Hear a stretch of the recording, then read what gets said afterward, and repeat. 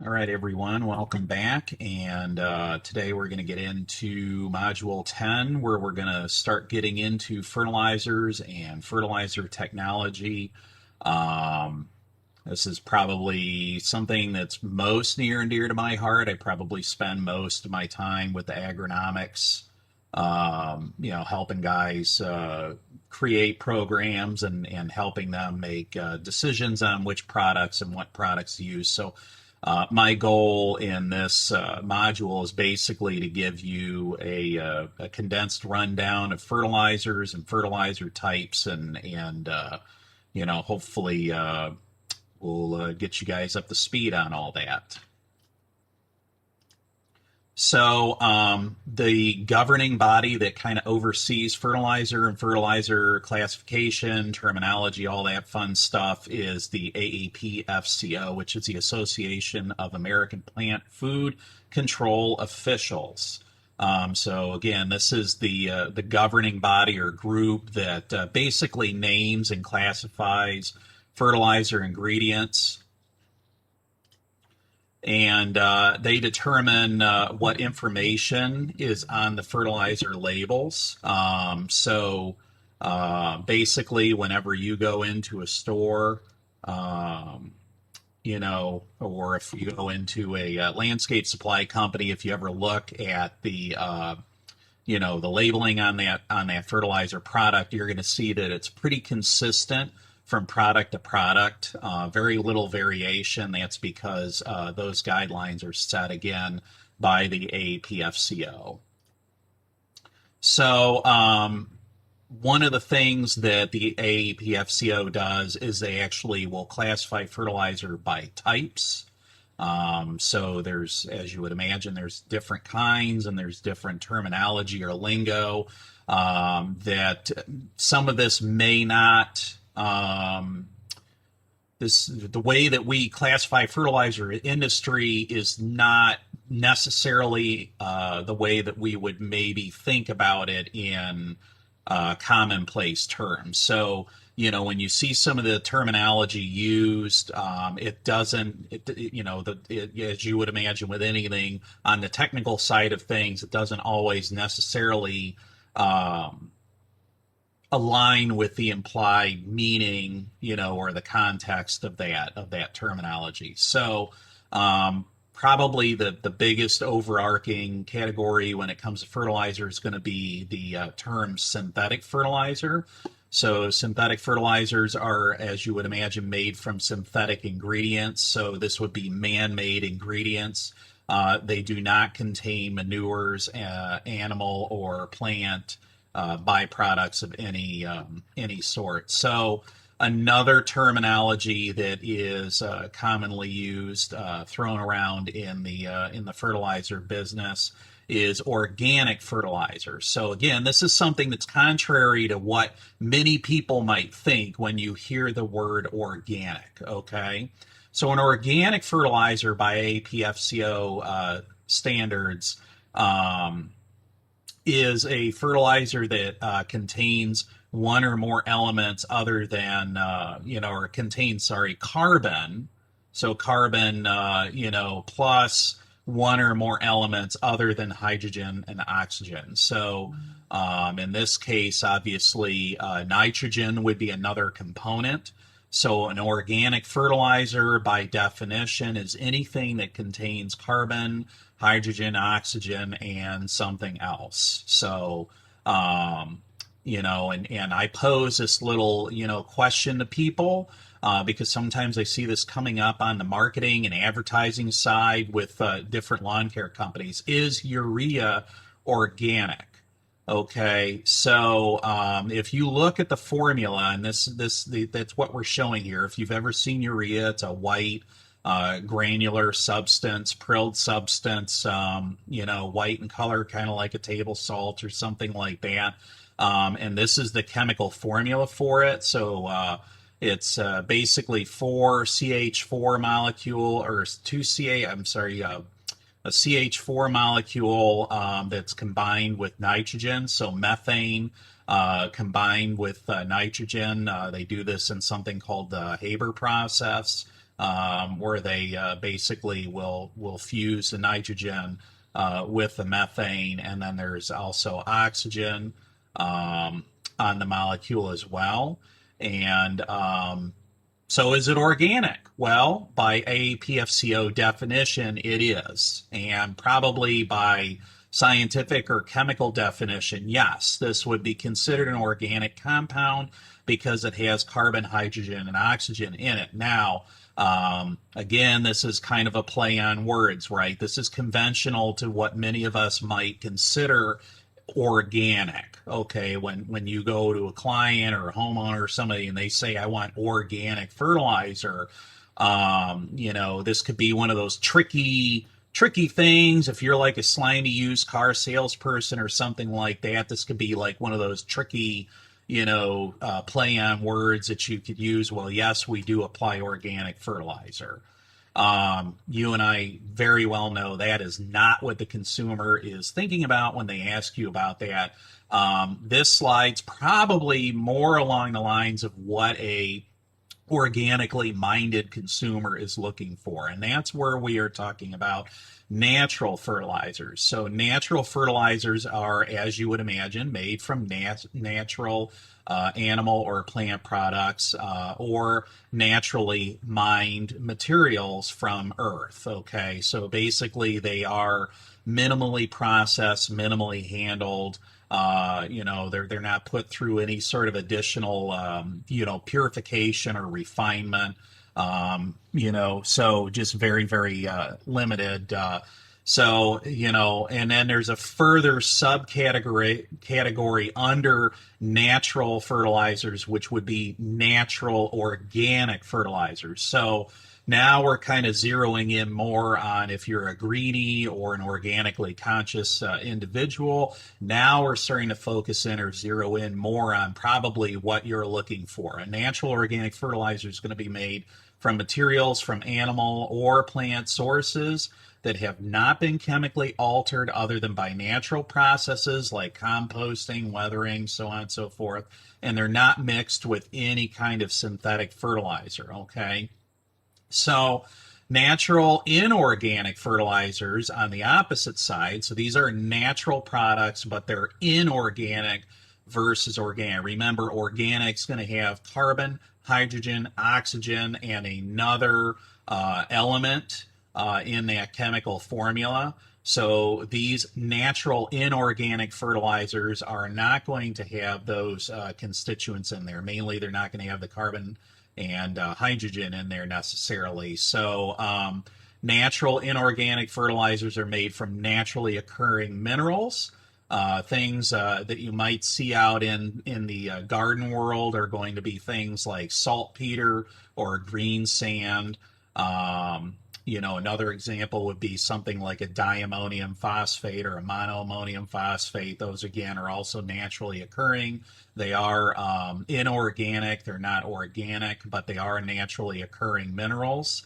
So then we have another category here. This is oftentimes when I talk to clients, I refer to these as like hybrid products. So these would be what we call natural base fertilizers. So these are a blend of synthetic and natural fertilizer where more than 50% of the materials come from natural sources. So that's the important thing right there. More than 50% of the material in the bag has to come from a natural source. So, if it's less than that, then technically it's not a hybrid or a natural base fertilizer and technically cannot be marketed and sold as such. Okay, so then we have organic based fertilizers. These are products that are a blend of synthetic and organic fertilizers where more than 50% of the materials are organic. So again, you could have natural materials, which could be organic or inorganic. They're just naturally occurring. Or you can have something that is specifically using a organic fertilizer as the base for that product. So now we're going to get into the fertilizer label specifically. The fertilizer label has 6 components.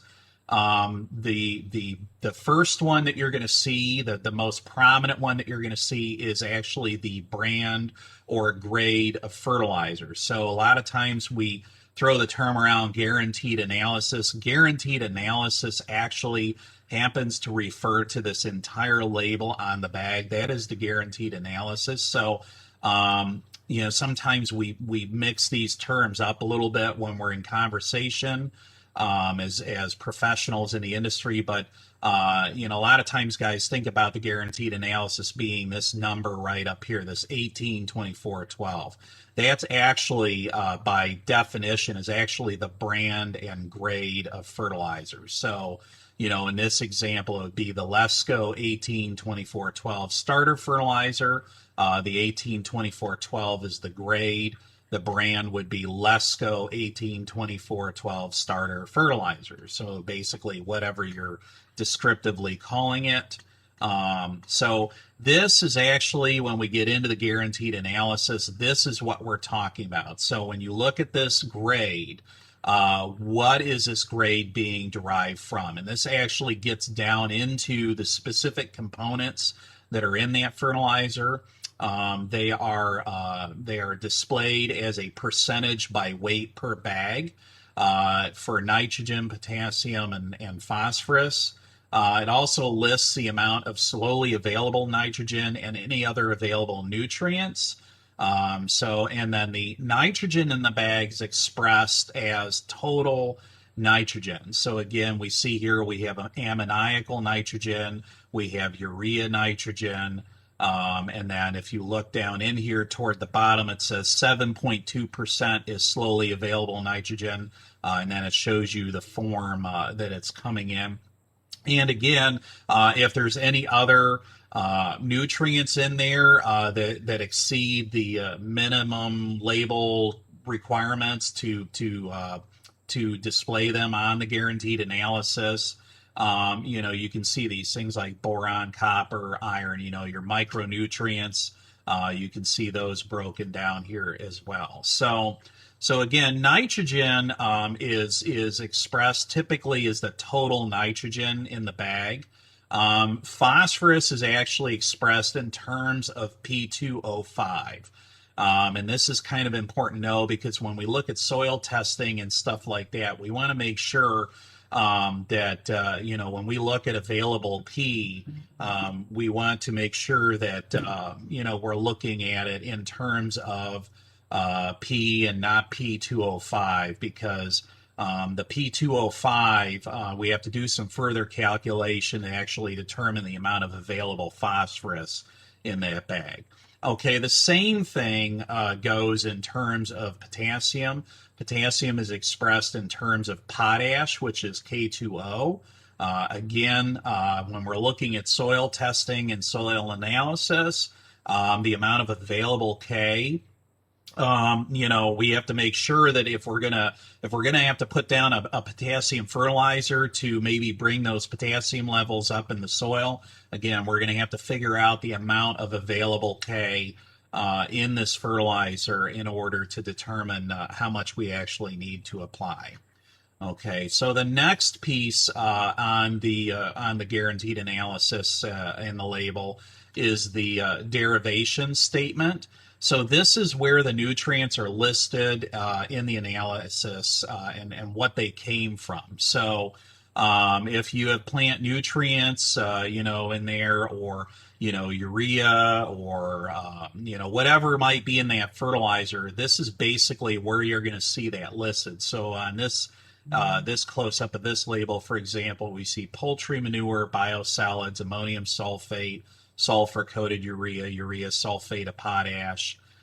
So, again, this is your derivation statement, and this is kind of handy because, sometimes we want to know what specifically is in that bag. There may be something in there we want. There may be something in there we don't want.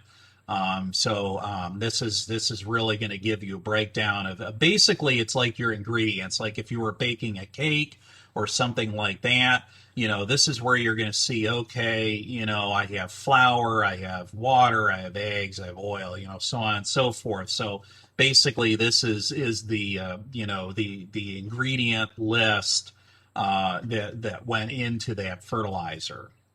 Okay, the next piece of business that you're going to see on there, again, this is all required on the labeling in order for it to be compliant or legal, would be the name and address of the registrant. So this is going to be whatever company is marketing or selling or producing that product.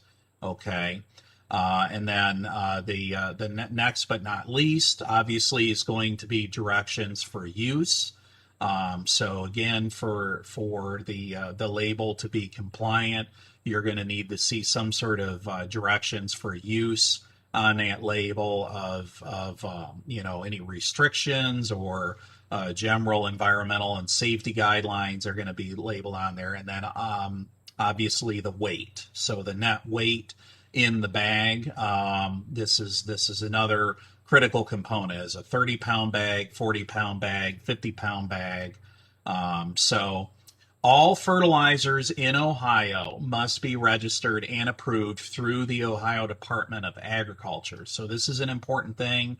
If if you're buying something, I would hope that it's been registered. I've run into this personally, professionally, in my career, where I've seen these, call them fly-by-night companies come on the scene, and they start, promoting all these products. And so I start asking questions about, I try to see if I find out that a client of mine wants to try something. I say, can you go ahead and send me their labeling information over, their guaranteed analysis on these products? And I find out that oftentimes I'll see, oh, look, they're really not following the APFCO guidelines for labeling. I'll call the Ohio Department of Ag. Lo and behold, yeah, we don't have anybody registered in the state of Ohio for selling that. And unfortunately, we'll run into a lot of that with e-commerce and a lot of these companies in general, especially out-of-state companies will come into states like Ohio, and they'll just FedEx this material in or ship it in on a common carrier, and they're basically kind of skirting under the radar and more or less doing things illegally. So if you're ever in doubt or suspicious, don't hesitate to call the Ohio Department of Ag to make sure that that company's on the up and up. So in addition to this, any fertilizers that are what we would call combination products. So here's another term for you, combination product or combo product. So these would be a fertilizer plus pre-emergent, fertilizer plus insect control, fertilizer plus grub control, fertilizer plus weed control. These products, because they do have a pesticide in them or in combination with them, these are actually, they have to go one step above. They actually have to be registered and approved for sale through the Ohio Environmental Protection Agency. So these would be your two regulatory oversight agencies in the state of Ohio, the Ohio EPA and the Ohio Department of Ag. Straight fertilizer blends are just governed by the Ohio Department of Ag. Anything that has a pesticide in combination with it is going to have to go through additional approval through the Ohio EPA. Okay, so one of the things that we always get concerned about in the fertilizer business is the salt index value.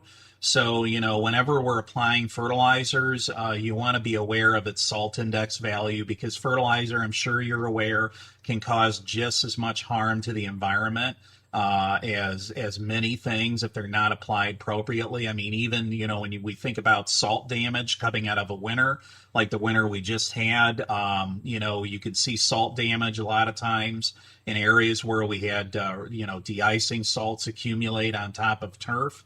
But fertilizer in general, in many ways, is just like a salt, behaves just like a salt, can cause damage just like a salt. So We always want to be aware of, the salt index on fertilizers, and this is the one reason that we don't ever want to over apply something. So a lot of times there's this consumer mindset that, well, if the manufacturer is recommending I go at rate X, if I go out and apply this at, 5 times that label rate, it's going to be much better and it's going to make my lawn greener and grow better and all, and that's not necessarily the case. Oftentimes, we can cause considerable damage with that mindset. So, and I just point this out to illustrate the fact that we really do want to follow label guidelines and recommendations when we apply these products. So now we're going to move into, the fertilizers and the components specifically and get into breaking that down a little bit. Obviously, the first number on that grade in a bag of fertilizer is the nitrogen NPK. So the number one first and foremost, and obviously probably the secondary macronutrient that we get most concerned about is nitrogen. So if you remember, nitrogen is the main secondary nutrient that either comes from the environment or we have to apply it in sufficient quantity for the plant to utilize. So nitrogen, again, it's a number one nutrient that we supply in turf. It's the most critical nutrient that cannot be adequately supplied through natural environmental means. So meaning it's not going to just fall out of the sky or come out of the soil on its own. We cannot, the environment or the ecosystem cannot provide nitrogen in high enough levels that it is sufficient for turf grass to grow properly. Okay, so turf needs, based on research, turf needs about 1/10 of a pound of nitrogen per 1,000 square feet per week. So in Northeast Ohio, if you consider our season here in Northeast Ohio, our growing season that is, we're typically needing to apply anywhere between 4 to 6 pounds of nitrogen per 1,000 square feet of annually in order to properly maintain that turf. So turf grass and plants generally receive nitrogen in 4 forms. So there's the ammonium form, the nitrate form, urea. The plant has the ability to actually take up urea as a whole molecule. It's a low molecular weight molecule. And then, in addition to that, the plant actually also has the ability to take in low molecular weight amino acids as well. Okay. So, the number one, nitrogen source that you probably hear about is ammonia. Ammonia is a gas. It's usually injected into the soil as a gas or diffused in water and applied as a liquid. This is very, very volatile, meaning it will, it's a VOC, it will escape into the atmosphere pretty readily. And it must be injected into the soil where it's quickly converted into ammonium form. Remember, ammonium is one of the forms that the plant takes the nitrogen up in, and the ammonium form, which is a positive cation, will bond with the cation exchange capacity in the soil. So the grade would be 8200. On this product. We don't really run this too much on the fertilizer side. If we do, again, it would be in a liquid or diffused form. If anybody knows who Jerry Baker is, he would often talk about, taking like household ammonia and using household ammonia to fertilize your lawn or garden plants, whatever, Again, keep in mind, remember that ammonia is very volatile, meaning it will off gas as a VOC. It can cause significant harm as it's off gassing. It's not, ammonia by itself is not a form that's going to be beneficial to plant. It's more or less like a, what do I want to call it? Free radical. Think of it like a free radical in our body. If nitrogen gets into the plant pure form, it's just going to start reacting and attacking and oxidizing things inside the plant. So we don't really want that going on. So ammonia by itself, it can cause damage. In low levels, it's not harmful, but not something that we're going to readily see or use in the landscape world. And this is primarily for agriculture. It's also pretty explosive, so I wouldn't want to be handling it anyway. So the next one down is ammonium nitrate. So this is a combination of ammonium and nitrate in one product. All right, this is great. I mean, it's a great product. Back in the olden days, 20, 30 years ago, it wasn't uncommon to go to a garden center and be able to buy bags of ammonium nitrate to put down a lawn, and it did a phenomenal job because it was basically providing these two components in balanced form to the plant. That was really beneficial to the plant. It also really helped to green up turf without a lot of surge growth because again it was providing both ammonium and nitrate in balanced form. And the downside of this product is again it is very explosive. I don't know if you guys saw this, but I believe this was it last year, 2 years ago? This was in Beirut, Lebanon. There was some ammonium nitrate that had been sitting. It was a boat that was quarantined in the port there that they had all of this ammonium nitrate.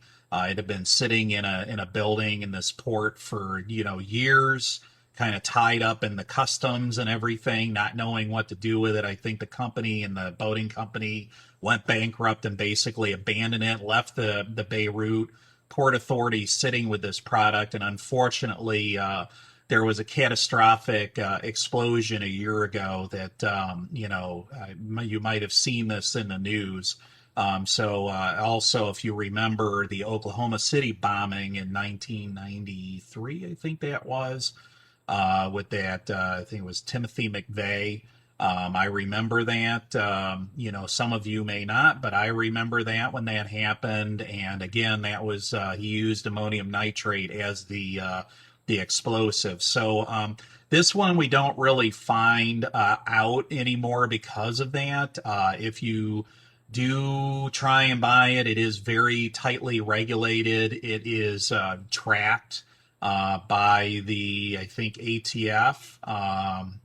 They do track people buying and selling and moving this stuff. So probably just want to stay away from it. It's sad because it is a great product, but probably want to stay away from it. So another a little bit better option that I see some pretty good results with and some nice green up out of, since we don't really have ammonium nitrate to work with too much, is ammonium sulfate. So this is a good product, especially for cooler weather. It'll elicit a green up in the plant without surge growth. And it does help to temporarily acidify the soil and add sulfur. So we don't typically run this too much, or we try to stay below a certain percentage in blends, in fertilizer blends with this over the summer months, because it is kind of I guess call it a hot product. With that salt index and everything, it can potentially burn or cause injury to the turf in hotter weather, but typically not, as long as we keep it less than maybe 20-25% in that grade of fertilizer. It's not explosive and it is soluble, so you actually can melt this down in water and apply it as a liquid. And the grade on this one would be a 2100. Next would be urea ammonium nitrate. So this is one way if we want to get some nice green up out of an ammonium nitrate, or I'm sorry, out of an ammonium nitrate product. UAN or urea ammonium nitrate could be that option. So what they do is they actually take ammonium nitrate and they combine it in a stable liquid, that should say form. It can be used in lawn care, but you usually have to buy it in bulk from an ag supply. So some of the larger guys might run this as a nitrogen source on lawns. Again, it's primarily used in agriculture. We don't see it too much on the turf and ornamental side. And typically the grade, if you do look for this at an ag supply, you're typically talking about a 2800 or a 3000. So the most common form of nitrogen in lawn care is urea. So this is basically the foundation of all granular fertilizers used in lawn care. It's manufactured, like I said earlier, from natural gas and ammonia gas. So they basically take that ammonia, that 8200, in a chamber, a reaction chamber with a catalyst, and combine it with natural gas under high heat and pressure. And the result is a relatively stable and non-volatile form of nitrogen. And this is it maintains that stability on the surface. So when you apply this as a granular product on the soil surface, it's not going to readily volatilize, which basically gives it time to dissolve, solubilize, and get into the soil, where once it does start to break up into that ammonium cation, it can get grabbed by the CEC versus escaping into the atmosphere as ammonia gas. So again, we usually apply this as a granular or prilled form. Once it solubilizes, there's something called a urease enzyme that basically will convert this into ammonia, and again, in the soil, it's going to turn into ammonium. So if this happens, if you take urea and you dissolve it in water, there's actually urease enzyme basically everywhere. It's ubiquitous. It's all over. It's in our bodies. It's in all living things, in the soil. It's in the water we drink. So this urease enzyme basically has the ability to convert that urea into ammonia. So sometimes what can happen is when we solubilize urea in a tank, say we're going to do a liquid application, we're going to melt it down. If you pull that lid off, you'll start smelling some ammonia coming off that tank because it is turning it into ammonia. But if it happens in the soil, if we can solubilize that urea at the soil level and then it goes down into the soil, then it will actually turn into that ammonium cation versus escaping into the atmosphere as ammonia gas, okay? So once it gets into the soil, the bacteria will convert that ammonium to nitrate through a process called nitrification. So nitrate does not bind with the CEC. So when you hear about things like nitrate leaching, or maybe if you live in an area where you're off of aquifers or reservoirs where you know, maybe at different times of the year you have to have a boil alert, or you can't drink the water because there's too much nitrate in the water, that's why. This nitrate, unfortunately, can leach pretty easily. The exception would be if you have soils that have really high organic matter. Again, that organic matter has the ability to capture and hold on to anions or negatively charged anions. So, you know, that can help, but, you know, we don't typically have very high organic matter percentages in our soils in Northeast Ohio. So unfortunately, a lot of that nitrate is going to be leached through the soil, through the water table. So urea is still somewhat volatile. It's usually, you know, it's got, like I said, it's relatively stable. We do get it into the soil. If we apply it as a granular, it does get down that soil, but it's still going to, you know, have environmental fate. So usually about the most that we can expect out of a urea application is about 30 to 40 days. You know, and again, like I said a moment ago, it can be mixed with water and melted and applied with as a liquid.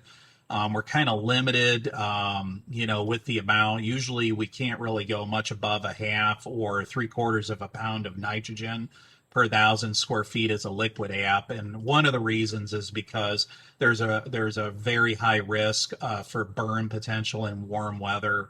It does have a relatively high salt index. So, you know, we do have to worry about burn, especially in the warmer weather. The grade for urea would be a 4600. So you might hear this thrown around, 4600 as a common, in the business. A lot of times you'll hear guys talk about 4600. That's what they're talking about is urea. So now we're going to shift focus a little bit. We're going to start talking about a few different technologies. One of these would be methylene urea. It's also known as urea formaldehyde. This is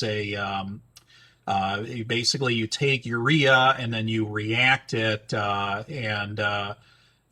with formaldehyde and a process with a catalyst, and basically you start linking these urea formaldehyde molecules together, making longer and longer chains. If you leave that unchecked, meaning if you don't do something to stop that reaction process, it's just going to keep making those chains forever and ever and ever, and it ends up turning into a hardened plastic. So a lot of times the buttons that are on your shirt, they're actually made out of, or they at least used to be made out of this urea formaldehyde or methylene urea type product, because again, if left unchecked, that's basically what you end up with is more or less a plastic. So this one's a little bit different. It doesn't, it has to go through another step before it's available to the plant. So it's broken down in the soil by microbial degradation. That microbial degradation, as they're getting in there and chopping apart those urea formaldehyde molecules and feeding on them, they start releasing that urea off of that molecule, and then that urea basically goes through that whole process of solubilizing into the soil solution, splitting into the ammonium cations, and so on and so forth. So one extra step involved in the process, but the benefit of that is that it's relatively safe and low risk to plant injury, but it's very, very slow to release. So it's a very, very good long-term feed. I mean, some of the water insoluble nitrogen in a methylene urea product can stick around for years or even decades. Again, because they can't completely manage that reaction process, so you're always going to end up with a little bit in that bag that's basically unavailable to the plant. For that reason, I don't really recommend using this product unless you're in the warmer weather in our season, because if the soil microbes aren't active, you're not going to get any release out of it. It's just going to sit there. Now, this is great when it comes to things like deep root feeding on trees and stuff like that, or maybe if you want to do a late season feeding on ornamental beds, or even on turf for that matter, you could do out of season feedings, and that material is basically just going to sit there. It's not going to break down. It's not going to go anywhere or do anything. So very, very low environmental fate. It's just going to hunker down and sit there and wait for the microbes to come along and start breaking it down. So one product that I'm sure you're all familiar with, the Scott's Turf Builder product, it uses this methylene urea or urea formaldehyde as the foundation for their product. That's one of the reasons that these products, work very well and are very safe. One of the main reasons they use that specifically is the safety, because of that homeowner factor, that consumer factor of more is better. I remember back in my Scott's days having homeowners calling in concerned because they, put this down at 5 or 10 times the recommended rate, and they were very concerned that it was going to damage their lawn, and we could very confidently reassure them that no, that's not going to happen, because again, it's using that methylene urea as the base for the fertilizer. So very, very safe. And for that reason, too, many times we would tell people, if you use this program for several years in a row, sometimes you could stop using it, and your lawn would continue to be fed and be green for maybe a year or 2 or even 3 years after you stopped using the product, because again of that residual effect of it staying in the soil. You can also find this in liquid form to spray. I'll just say it's not cheap and it's not easy to find. And typically your grades that you're going to find in the granular form in raw form are going to be a 3800 or a 4000. This is going to be the most common form that you find it, in the turf and ornamental realm. So now we're going to move into natural sources and amino acids. So these are either from plant or animal-based byproducts, silage, amino acids synthesized by bacteria, or used in pure forms. So one example of a product that I sell is Nature Safe. This is made from crude animal protein. You also have products out there that are based on soy protein isolate, or composted plant and animal waste are also used. Another one I didn't have on here that comes to mind would be corn gluten meal. Oftentimes we'll see this used as a natural or an organic crabgrass preventer, but it actually works very well as a fertilizer. It's got relatively decent nitrogen. And basically at the levels that you have to apply it to the lawn for crabgrass prevention, it's going to have some pretty, good fertilizer response on that turf. So these products are very safe. Again, like methylene urea, though, they do take a long time to be broken down by the soil microbes. So again, when we talk about these soil microbes, another term that we throw around is the rhizosphere. So the rhizosphere, again, is very, very critical and essential for optimal plant growth and health. One of the nice benefits of these organic products and things like methylene urea is because they rely on microbial degradation. They do a really good job of improving the rhizosphere. So, in essence, we're feeding the soil with them. So the again, the residual on these is very, very good. You can see in this lawn here, that the spring green up and carryover effect on these feeding that rhizosphere can be really, really beneficial to the lawn. So, and again, plants do have the ability to take in whole amino acids through the foliage via stomatal openings and through the root pores. So, this would be a list of the different amino acids. Again, any one of these and even combinations of these, larger molecular combinations of these, do actually have the ability to be taken up by the plant. Again, typically on the organic or natural plant or animal-based derivative products, the grades that we typically see on these types of products are a 10-0-0 or less. Typically, the nitrogen grade on these is going to be in the 2 to 5% range.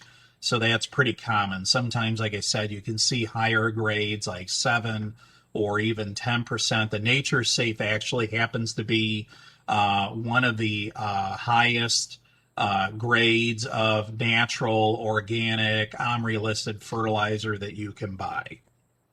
So, as global population increases, so does global nitrogen demand for food production. So even though the U.S.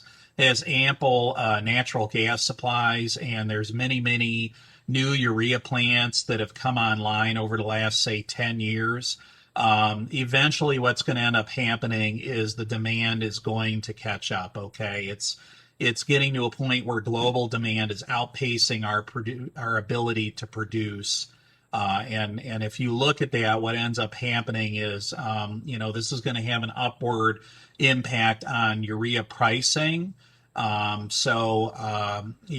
we look at urea pricing as a whole, a long-term, 5, 10, and 20-year outlooks, unfortunately, we are looking at these urea prices increasing in the long term because of that global demand.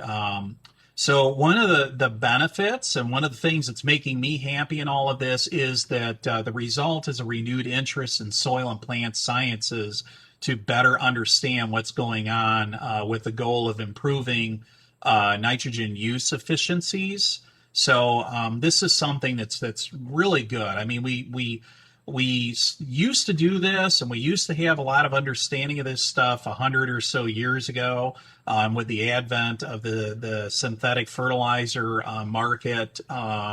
You know, we kind of got away from it, and now we're kind of going back to our roots and going back to the basics of really, getting back to understanding what's going on in this, the whole soil plant ecosystem and an interaction between them, trying to get back to the foundations of what's going on. So, you know, nitrogen use efficiency, again, this is one of these terms that's come up in the last 10 or so years.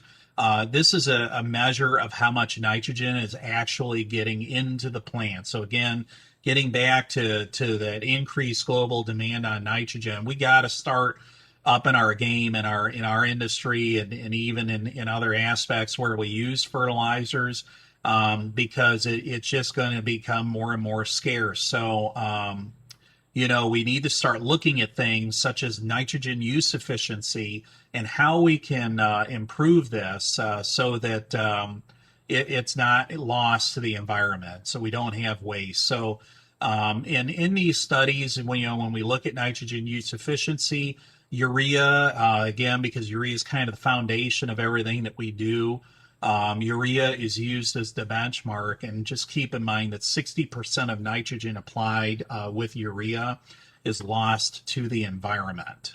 So that's part of why we really are starting to emphasize nitrogen use efficiency. And as you would imagine, efforts have been used for decades to slow and control the release of nitrogen, in essence, to extend the performance and to reduce the losses. So, we've started developing slow release nitrogen, which, these rely on microbial degradation or environmental conditions to release the nitrogen. Some forms that we think of are methylene urea or IBDU type fertilizers, or natural organic fertilizers, again, fit into that category. The other technology that we look at that would be, not relying on microbial degradation would be controlled release nitrogen. So it doesn't alter the primary component, which is usually urea. So we're still dealing at the end of the day with a urea prill or urea granule. But what we're doing instead is we're employing either a physical or chemical technology. Again, it doesn't alter the construct or the makeup of that urea. We're using a physical or chemical technology to control the rate of release of that nitrogen. So the first technology that came along, and the oldest technology that's out there, is something called sulfur-coated urea. This is urea that's been coated with molten sulfur, which hardens to form a permeable coating. The water will absorb into the prill, causing that prill to kind of grow and expand. Think of it as like a popcorn, kernel. When you heat it up, it basically starts growing inside of that and expands, and eventually pops or ruptures. So the technical term that we use is catastrophic release, basically describing that rupture or explosion of that prill. And once that cracks open, it allows, like an egg, it's going to allow the component inside, which is already solubilized, to basically flow out of that capsule and into the soil. So the rate of release on sulfur-coated ureas is going to be affected by moisture. So wet conditions can cause it to release prematurely or over a much shorter period of time. And I've run into this a lot, especially if we have a wet spring up here in Northeast Ohio.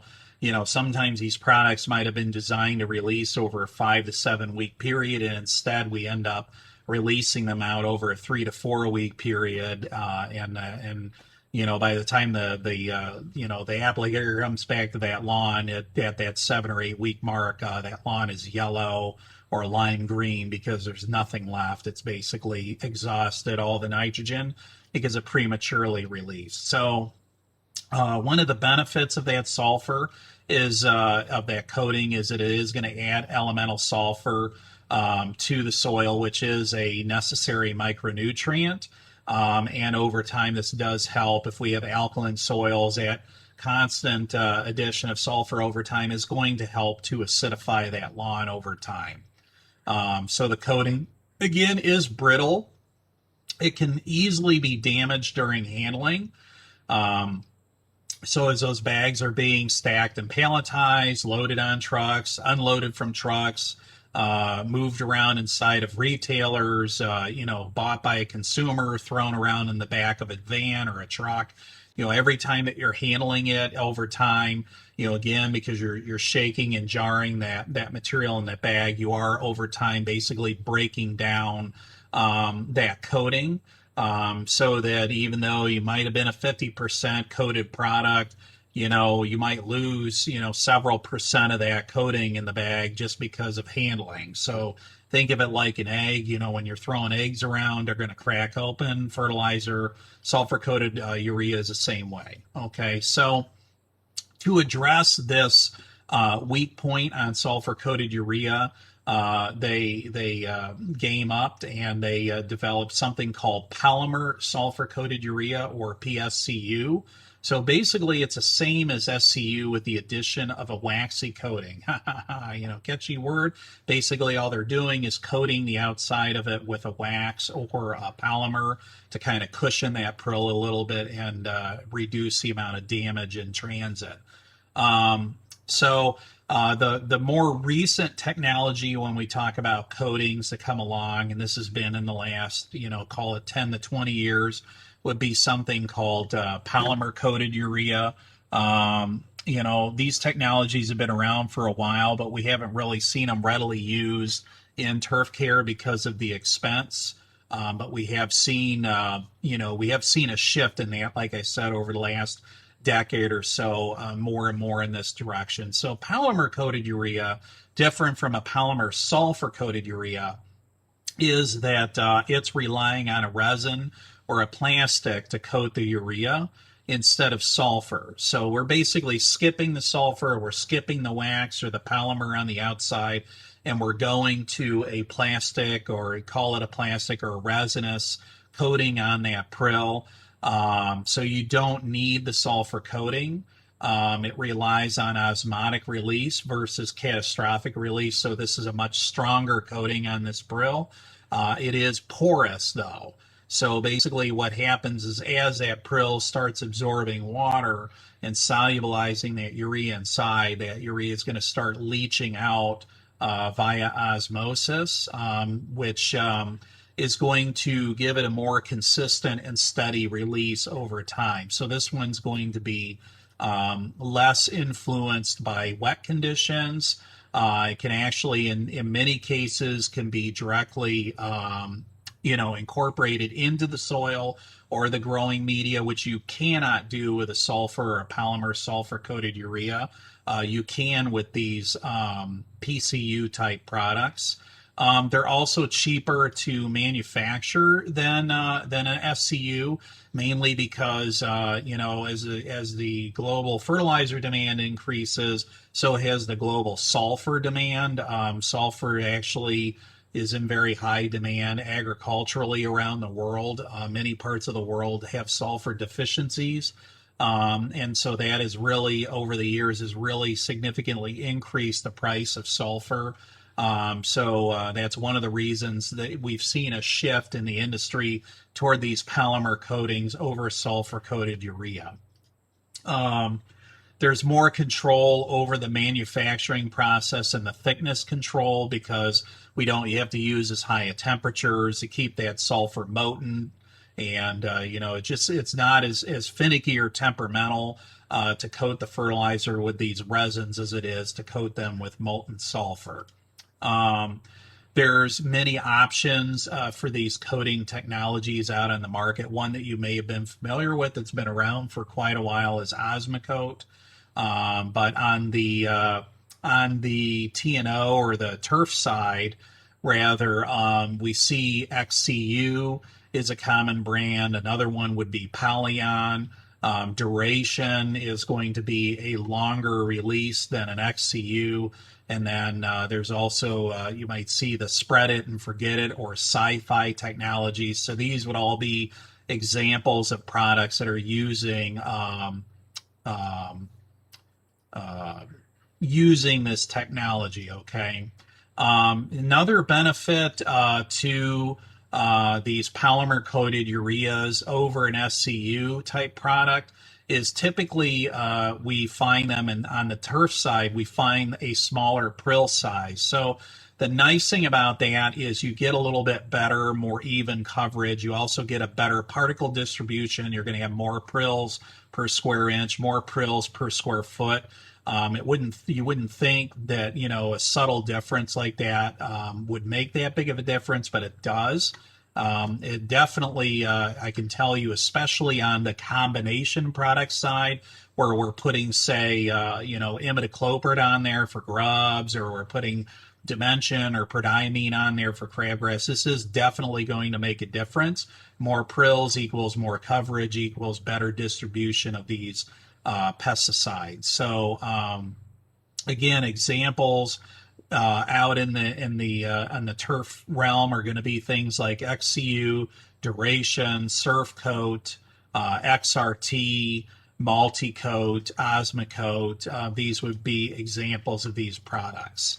The next type of controlled release that we're going to talk about, this is not using a physical process to slow the release. This is actually using a chemical process. This is stabilized nitrogen. So basically, stabilized nitrogen is using a chemical means to prevent the breakdown of urea into ammonia. And additionally, it's preventing it's preventing the nitrification and denitrification of ammonia in the soil. So basically what they're relying on is a couple of different components. One would be that urease inhibitor. If you remember, we talking about urease with urea, how it basically will break down urea into ammonia. So the first step is that it's relying on a urease inhibitor to keep that urea in that urea form so that it can get into the soil and we're not losing any on the surface to volatilization. And then the other component that's in this is a nitrification inhibitor. So you really need both of these to be for the product to be effective. One is going to prevent it from breaking down on the soil surface or on the plant so it can get down into the soil. The other is actually going to prevent the microbes in the soil from breaking it down and turning it into nitrate.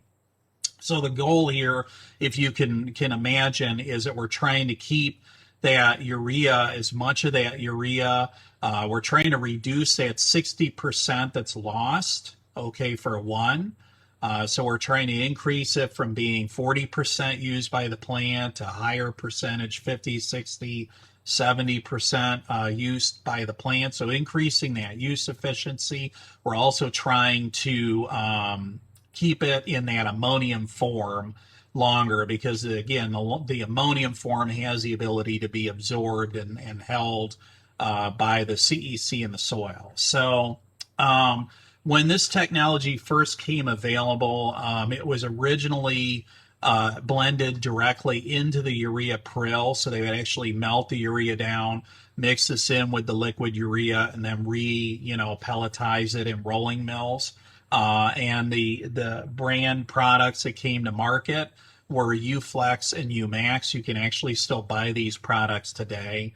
So the more recent advent with this technology is that manufacturers found a loophole that they can use, or a shortcut that they can use, where they can actually just take regular prilled or granular urea and spray it or coat it. They'll just spray these denitrification and urease inhibitors on in liquid form.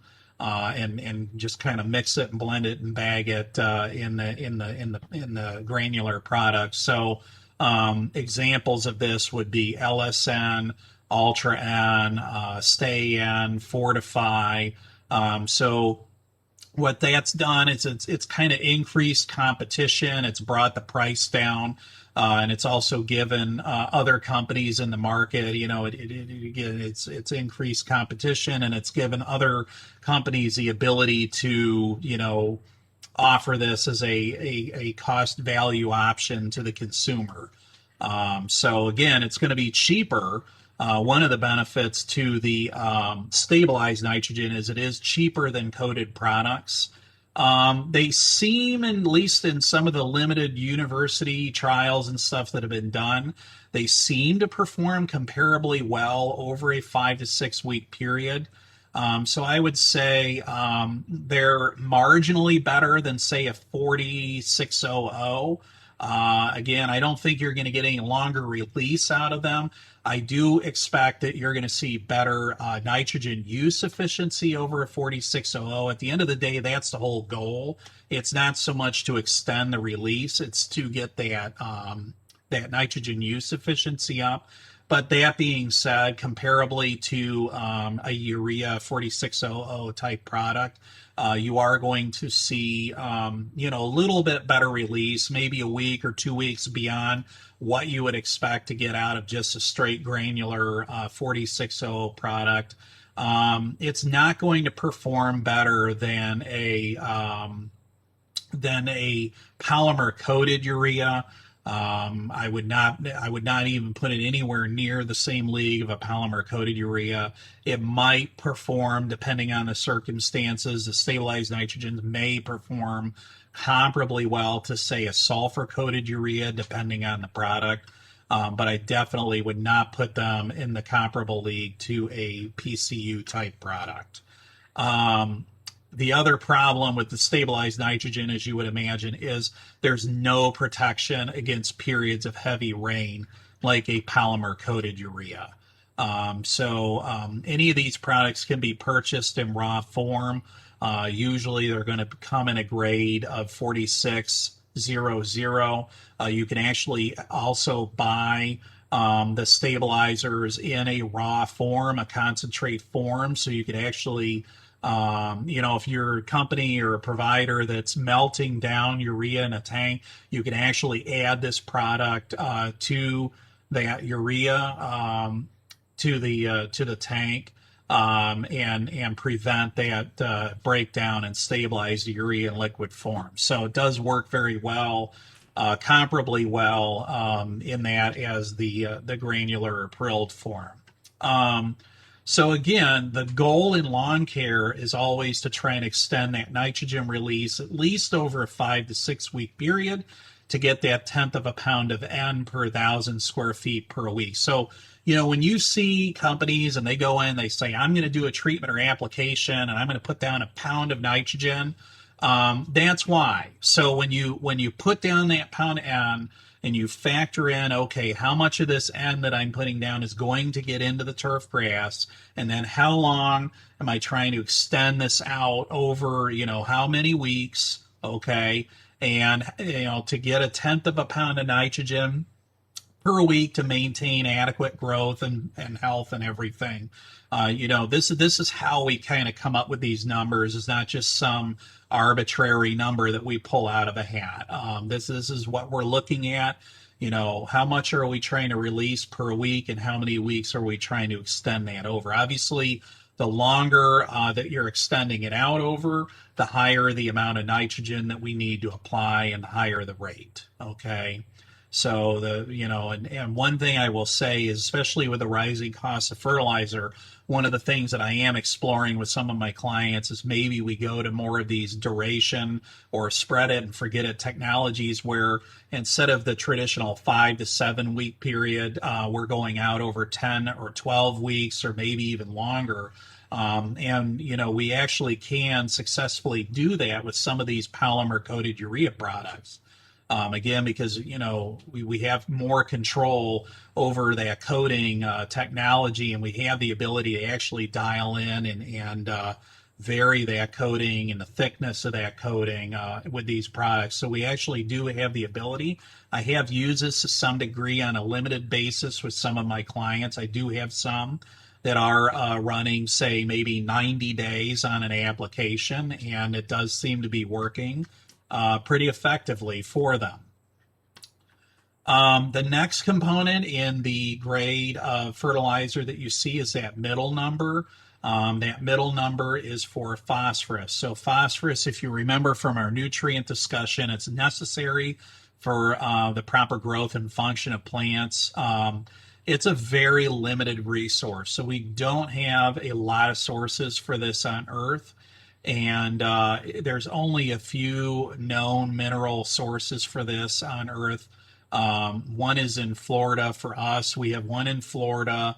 We also have another one. It's not in the U.S., but it's up in Canada. So there's a few areas out west where we can mine this material on a limited basis, and there's a couple other areas around the world where I think they have some phosphorus deposits, but it is a very, very difficult mineral to come by. It comes mainly from monoammonium phosphate and diammonium phosphate. Both of these, again, if you remember talking about our different fertilizer types, these are natural. These would be considered forms of natural fertilizer in their raw form, okay? And typically in a bag of fertilizer, you're going to have these in their raw form. They're going to be very minimally processed, but they are naturally occurring minerals.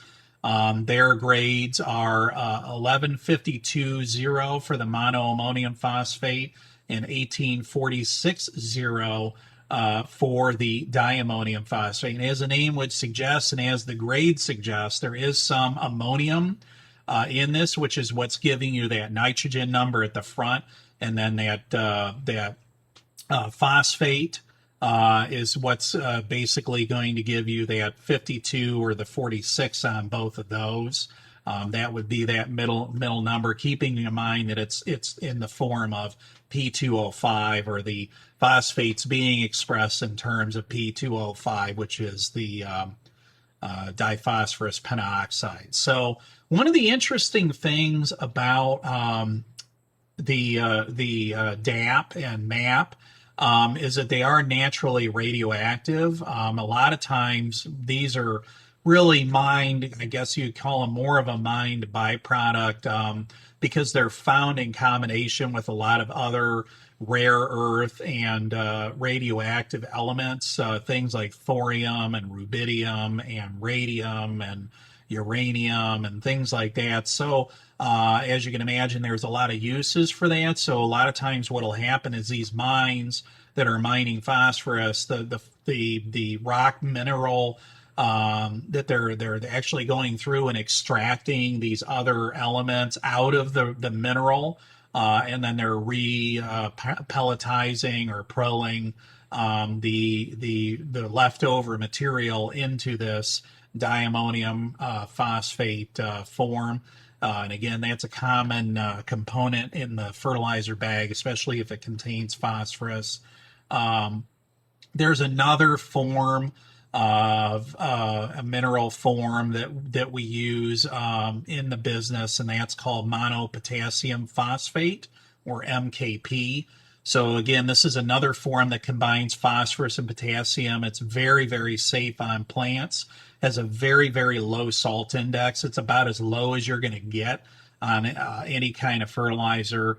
It's more of a specialty product. It's rather expensive, and it's usually reserved for ornamental feeding. So things like your Davy Arborgreen Pro, there's a bunch of other products that you may find on the market. I actually will sell this product in bulk form to some of my liquid clients to put phosphorus and potassium in. That way they're not just spraying straight urea. Sometimes they want to throw a little P and K in there as well. This is a good way to do it because it does not increase that salt index the way that other components may. Another form of phosphorus that we find in fertilizers is a product called Crystal Green. This is kind of a cool product. It's relatively new. It's probably been out for about 10 or so years. And what they actually are doing is they are extracting phosphorus from wastewater treatment facilities. It is expensive to make, but the cool thing about this is it's reclaimed.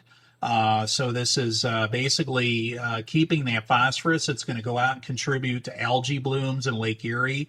They're in essence, if a wastewater treatment facility puts one of these systems in, they're basically removing that phosphorus out of the wastewater stream and preventing the downhill effects from it. So the other cool thing about this product, it's marketed as a slow release phosphorus. So it actually the other benefit is once you do go out and apply this in the lawn setting, it's not going to just leach away or wash away with the soil. So that's another kind of nice environmental benefit from this product. The grade on this one is going to be a 528.0. We don't see it a lot. It's out there a little bit. We don't run into it too much.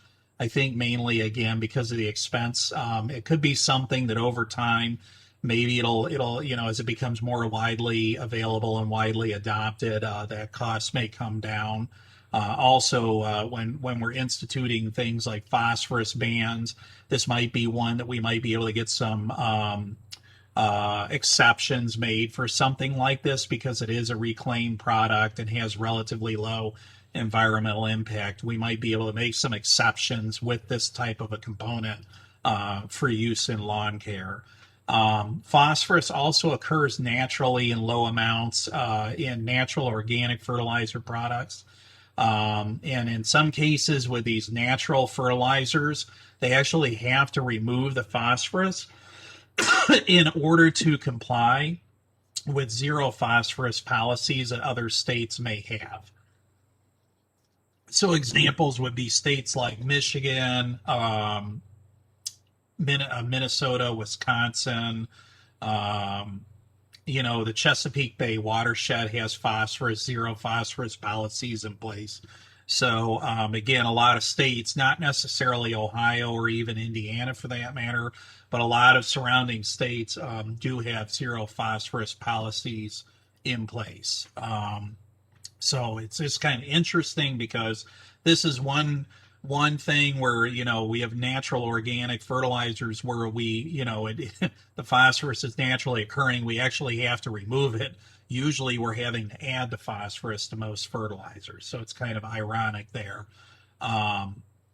So phosphorus usually gets tied up in the soil by reacting with cations in the soil, to form minerals. So usually, phosphorus, this is one of the things that I think people misunderstand with phosphorus. You think just because I'm putting the phosphorus down, that it's number one, all readily available to the plant, and number two, it's going to, you're going to run the risk of it leaching into the waterways. And this just isn't the case because most of that phosphorus wants to react with things in the soil, especially our heavy clay mineral based soils that we have up here in Northeast Ohio. So what it's actually going to do is it's going to react with things like, calcium and magnesium, aluminum is a big one in the soil. A lot of phosphorus gets tied up with aluminum in the soil, especially up our way.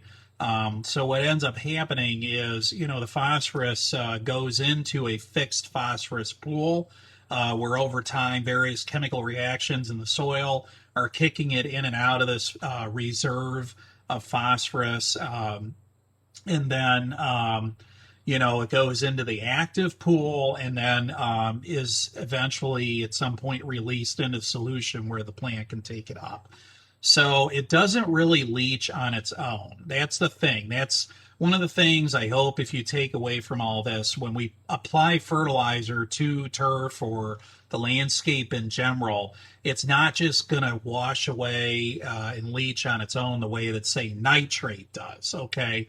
It's actually being carried away with soil particles. So it has to hitchhike along with something in order to get into our waterways.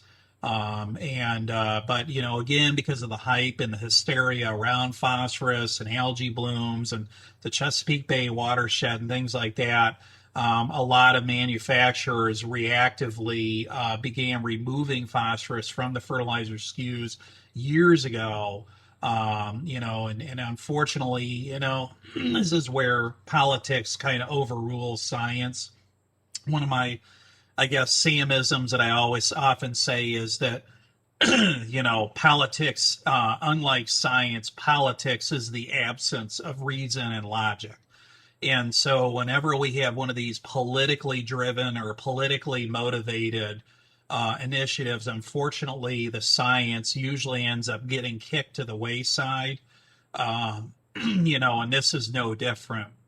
We also have we have a tendency as an industry to kind of run away with our tail in between our legs, without trying to argue this in the arena of ideas. And unfortunately, what happened is a lot of manufacturers, to comply with regulations that got put in place, rather than lobbying against them, they allowed these lobbying groups to remove the phosphorus, and then they react by removing the phosphorus out of the fertilizer, all in concerns of trying to address these water quality issues. And ironically, the water quality has actually worsened over time as a result of removing the fertilizers out, or the phosphorus out of these fertilizers. So we haven't seen any gain, any benefit from removing these phosphorus. If anything, it's actually worsened or accelerated the water quality decline, versus improving it. Um, so one of these so-called alliances or lobbying groups, that's been created is this Great Lakes Compact. So this is an alliance of states and Canadian provinces that specifically border the Great Lakes. And they seek to protect the Great Lakes that they border. A noble concept. I have nothing against it, as long as they're using fact-based and evidence-based research to guide their policies and their decision making. So Ohio is actually part of that group. However, Ohio has been one of the last to restrict the use of phosphorus. So the only reason I bring this up is because it's only a matter of time. Ohio is not going to hold out forever. As soon as we start getting some more favorable politicians in office, and especially in these different governing agencies, you're going to see Ohio fall in line with every other state around the Great Lakes. So one of the things that's going to come out of this, again, one of the reasons that I emphasize it over and over again, one of the reasons that we need to adopt this more as an industry, is soil testing is going to be necessary in order to justify applying phosphorus. So, and you're going to end up having to do it as a separate application. But again, emphasizing the importance and the need for phosphorus testing and soil testing in general. Unfortunately, there's been a lot of research that's been done over the years, especially up at University of Minnesota. There was a professor up there who did a lot of research looking at phosphorus additions, and he found that by actually putting phosphorus inputs on lawns especially, or turf especially, it actually reduced the amount of phosphorus leaching from those test plots, because the phosphorus, as you would imagine, if you don't have it there in adequate levels and the turf isn't thick and healthy, it's not going to do a very good job of tying down that soil. All right. And again, the soil is the main vehicle that the phosphorus is getting into the waterways through. So if the soil is eroding and washing away, if we can do anything to improve that turf, thicken it, and improve the overall turf and vigor, you're going to slow down that water flow. You're going to increase infiltration. You're going to prevent more of that sediment or soil from washing away in heavy rains. Again, it's one of these where the science tells us that the inverse is true, that we actually do want to put this phosphorus down. And again, more and more of these soil tests I come across are coming up phosphorus deficient. So we need it there. It's a main reason we're seeing so many problems with performance on turf. But we're just kind of going the opposite way with the political agenda. And now you can see why politically we're going to actually exacerbate the problems with Lake Erie and other waterways by removing the phosphorus out of these fertilizers. So last but not least, on the grade of fertilizer, remember the three big numbers across the top. The first was N, the second is phosphorus, or, first was nitrogen, second was phosphorus. The third one is potassium. Okay. The two most common forms of potassium that we see in lawn care are potassium chloride and potassium sulfate. Okay, so the one on the left here would be potassium chloride. You can see it actually has kind of a reddish or pinkish color. And then we have potassium sulfate, which is a kind of a whitish color. And potassium sulfate is the safer of the two, but it's much more expensive. It's usually a byproduct, of various manufacturing things, usually with iron and steel production, but there's some other industrial applications that they use ammonium sulfate in. These are both naturally occurring minerals that are mined. So again, fitting that description of a natural fertilizer, you could actually buy potassium chloride or potassium sulfate and apply them as a natural fertilizer. Obviously, with both of them, you're going to want to be careful that you don't over apply them. You do have salt indices on both of these that are moderately higher obviously on the potassium chloride because of the chloride component in there. So we don't want to over apply these products. Typically, we're applying them at very, very low rates if we do, and they're often the component in blended fertilizers. Okay, so blended fertilizer, as the name suggests, when we were going through each one of these different sources, they were either a nitrogen source or a potassium source or a phosphorus source. Blended fertilizers, that's what's most commercially available on the market. You're going to see this more than anything out there. That's where you're going to see all three of these number slots filled. Either it's going to be a 24-511 or a 24-011 or 30-06. You get the idea. So a blended fertilizer is going to blend a nitrogen source, a phosphorus source, a potassium source, as well as other things. When you remember the derivation statement, you may see other components, other things in there. You may also have other micronutrients again on that, but they're going to be blended. So blended fertilizer is the most common form of fertilizer you're going to see in your landscape supply places and garden centers, big box stores. They're going to be a blended fertilizer. So typically in lawn care, we're looking for a balanced maintenance fertilizer ratio of a 4:1:2.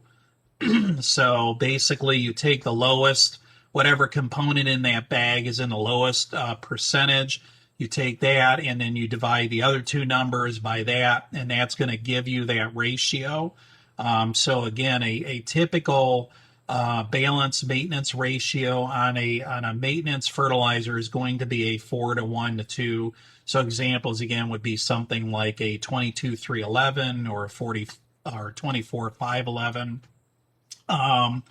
The other thing would be like if we were looking at, say, a starter fertilizer, something like that, that's probably going to have more of like a 1:1:1 or a 1:2:1. Typically in lawn care, I recommend something more along the lines of a 1:2:1 because we do need that extra phosphorus. We typically are going for a relatively high amount of phosphorus, usually a pound of phosphorus per 1,000 square feet. So another one that we talk about would be the hybrid blend or the blended fertilizers that we were talking about earlier. These again, as we talked about earlier in the discussion, these are going to combine a synthetic and natural ingredient source or sources. These are going to be in the derivation statement on the guaranteed analysis. But the manufacturer is not necessarily going to declare you're not necessarily going to declare the MP or K percentage in that grade. So let's just say, for example, we have this product here where it's a 2803. Okay, they may or may not, because this fertilizer might be 40 or 50% by weight biosolid. If you look here, you can see biosolid on there. So that would be the organic component in this bag, the natural organic, call it, component in this bag. Um, but some manufacturers may or may not include the fact that that biosolid in there, that biosolid in itself has an analysis of, say, a 540 for the grade. So they may not declare that 5 for the nitrogen and the 4 for the phosphorus in that 2803 grade on the bag. You'll know usually when you get into the derivation statement, and when they break down your nitrogen again, you remember that they express the nitrogen in terms of slowly available urea nitrogen from polymer coated sulfur coated urea. They may also describe it in terms of, again, you may see on here that it says biosolid for the amount of slowly available nitrogen. So again, it just depends. They may or may not declare the biosolid in that guaranteed analysis. Just keep that in mind, because at the end of the day, that 2803 might end up being like a 32.3, for example, or something along those lines. So just keep that in mind when we look at these hybrid or blended fertilizers. Blended fertilizers may also contain micronutrients in either an oxide or a chelated form, and they may be listed on the grade. Sometimes these may be found in high enough levels in natural organic components to be declared. Again, how would you know if they're in there? You check that derivation statement, and you'll see them in there. A lot of times you'll also see it in the label itself, like right here with 3% iron. You'll see that sometimes on the labels. Again, on this one, there's a 1% iron.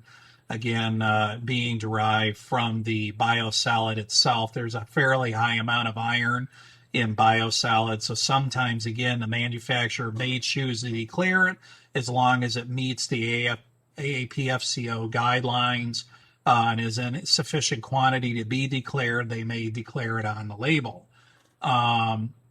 Blended fertilizers usually have some sort of filler in them to fill out the bag weight. So it's usually lime, but it could be other things. So sometimes a manufacturer, like in the case of this 2803, they might be using that as a filler, that biosolid in there as a filler. It might be composted poultry litter. It might be something else. Right now I'm evaluating a product. It's a mine tailing product out of South America called Pampa 34. According to the wholesaler, it's got a lot of micronutrients and stuff in it. So ATS is actually evaluating. I have some experimental trials out right now looking at potentially using this Pampa 34 as a filler in place of lime, which is what we commonly will fill a bag of fertilizer with. So another thing that I'm seeing, another trend in the fertilizer biz, is that we're seeing a growing trend in the use of additives that improve the uptake and use of nitrogen, other nutrients in the fertilizer soil. So sometimes we see humates, or we see Leonardite or things like that being incorporated. At ATS, we have a product called Armament that we put in there. There's another product out there called Prospect Plus. But the idea is, again, that these are different additives or enhancers that sometimes they could be a marketing gimmick. Sometimes there is actually some notable scientific value to support the claims of adding these products in the fertilizer. At the end of the day, it's all about improving efficiency or potentially producing or improving nitrogen use efficiency and, creating a value or a benefit for the client. So Armament, again, this is something that we, at ATS worked on and developed.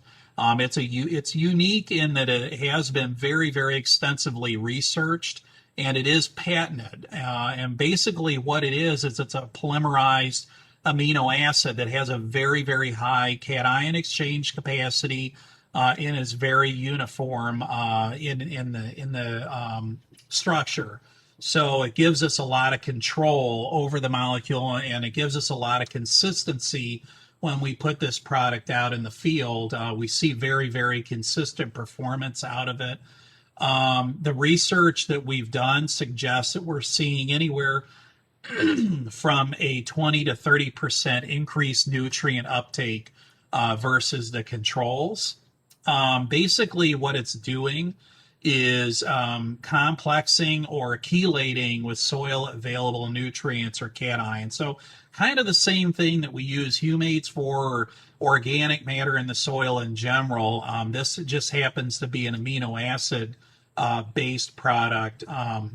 Basically, what it's doing is complexing, much like the CEC on the clay particles in the soil. It's complexing, so it's not chemically reacting with these cations. It's more or less just forming like a magnetism where it's attracting and holding them on like a magnet. But the plant, can pull them off, or other things are going to knock them off in the soil over time and make these cations available.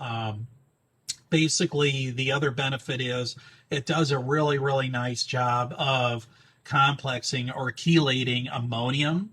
So again, when we talk about nitrogen and leaching and nitrogen use efficiencies, this is something that we can employ with urea and with fertilizer in general to improve the ammonium complexing in the soil and prevent ammonium from leaching, or ammonium from volatilizing into the atmosphere or being broken down by microbes. So now that we've gotten through all of that, we're going to shift focus a little bit. We're going to get into the fertilizer and application methods.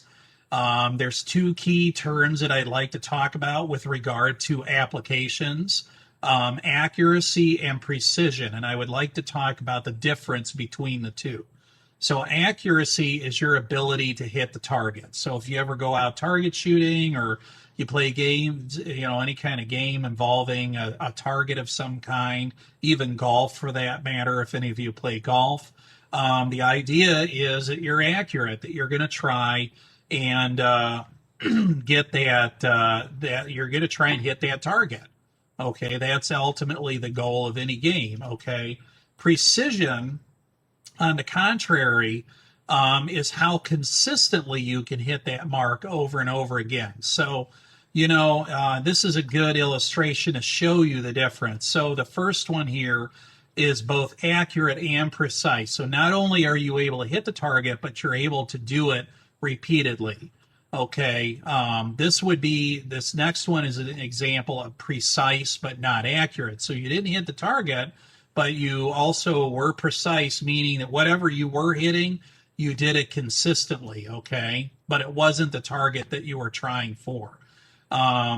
This would be an example. The third one would be an example of accurate but not precise, meaning that each one of these, marks hit a slightly different point around the center.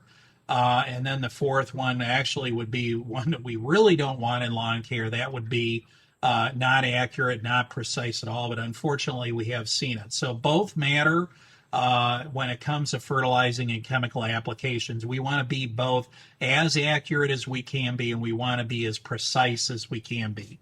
So what are the risks of not being accurate and precise in lawn care? Well, as you would imagine, inconsistent product performance would be one. So over or under use of products, meaning that as you can see with the striping here, they were accurate, but they weren't precise in their delivery, getting it, evenly spread over the entire property. So as you can see, you have striping. So this would be an example of over and under use of products. You can have injury or premature failure of product. Okay. So, and the big one, if you're in the business side of this, is going to be an inability to accurately manage costs, pricing, and inventory. So, and at the end of the day, businesses are just that, businesses are not charities. So if you aren't accurate and if you aren't precise with your applications, you potentially stand not only to have liability as a result because of harm that you cause to a client's property, but you basically have a very limited ability to accurately manage your costs and pricing and inventory, and you end up losing money. Okay. The other result for many businesses is poor customer satisfaction and the risk for cancellation or termination. So, as I said a moment ago, another result, and this does happen from time to time, not very often, but it does happen, is increased liability and lawsuits. Okay. Another problem that can happen is you may not necessarily go to court, but you could have trouble with the Ohio Department of Agriculture. You may face risk of fines or a loss of your applicator license. Okay. Another thing that we want to consider that's important when we're talking about fertilizer and pesticide applications is safety when we are applying these products. So you have a state and federal legal requirement to handle and use these products correctly. So again, getting back to precision and accuracy, you actually have a legal responsibility both at the state and federal level to be as precise and accurate as you can. When we get into this on these products, even fertilizers, but pesticides especially, you're always going to have legal requirements for all the products that you use, and they are going to be listed on the label. All pesticide labels are now using the globally harmonized system, or GHS. So they all have this in place. You're going to see on the label, you're going to see the use potentially of signal words. So these are words like danger, warning, caution, or no signal words. So danger obviously would imply that you're at great health risk or environmental risk if that product is not used properly, and then they go down from there. So all products, keep in mind that even though you might see that warning word, that signal word on a label, do keep in mind that all products are considered safe when they are handled and used properly. So any product, on the flip side of that, any product can cause harm if not handled or used properly. So even if it doesn't have a signal word, even if you consider it safe, it can cause harm if not used properly. Okay, so just keep that in mind. And when we talk about safety, when we talk about health risks, we're primarily looking at toxicity from exposure. So, when we talk about toxicity from exposure, there's two different kinds. The first kind would be acute toxicity.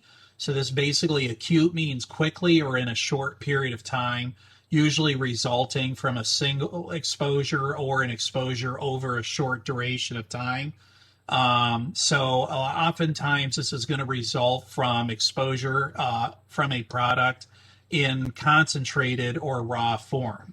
The other type of toxicity that we'll see is chronic. So this is over a long period of time of days, weeks, months, or even years. This usually results from consistent exposure at low levels, usually from improper handling or applying products and not having proper safety measures in place. So a good example of this would be, if you remember the Monsanto Roundup lawsuits and the settlements and everything, that was actually the result, or the claim in that case was a result, or would have been the result of chronic or prolonged exposure over time to those products. It can result from handling them in concentrated form, like with mixing and handling of them. However, that wasn't something that just happened from a one-time exposure. That happened over time, and these kinds of exposures can include residue on hands, clothes. It can result from inhalation of dust or fumes. And again, the best resource for this is going to be your safety data sheets. So these were formerly called the Material Safety Data Sheets, or MSDS. So these safety data sheets, they contain all of the known risks, both acute and chronic, that are known from exposure, that have been reported to the governing bodies. They also talk about other risks, such as risks to the environment or wildlife. And, the only thing that I can impress upon you is you need to take this seriously. It's not a joke. I know people that have developed cancer, Parkinson's disease, MS, or have other lingering health issues from exposure to these products. Okay. At the end of the day, especially with regard to pesticides, these are products that are designed to kill. So again, usually minimal risk to us if we're handling them appropriately, but they are designed to kill, and they can kill us just like they could kill any other living thing. Okay.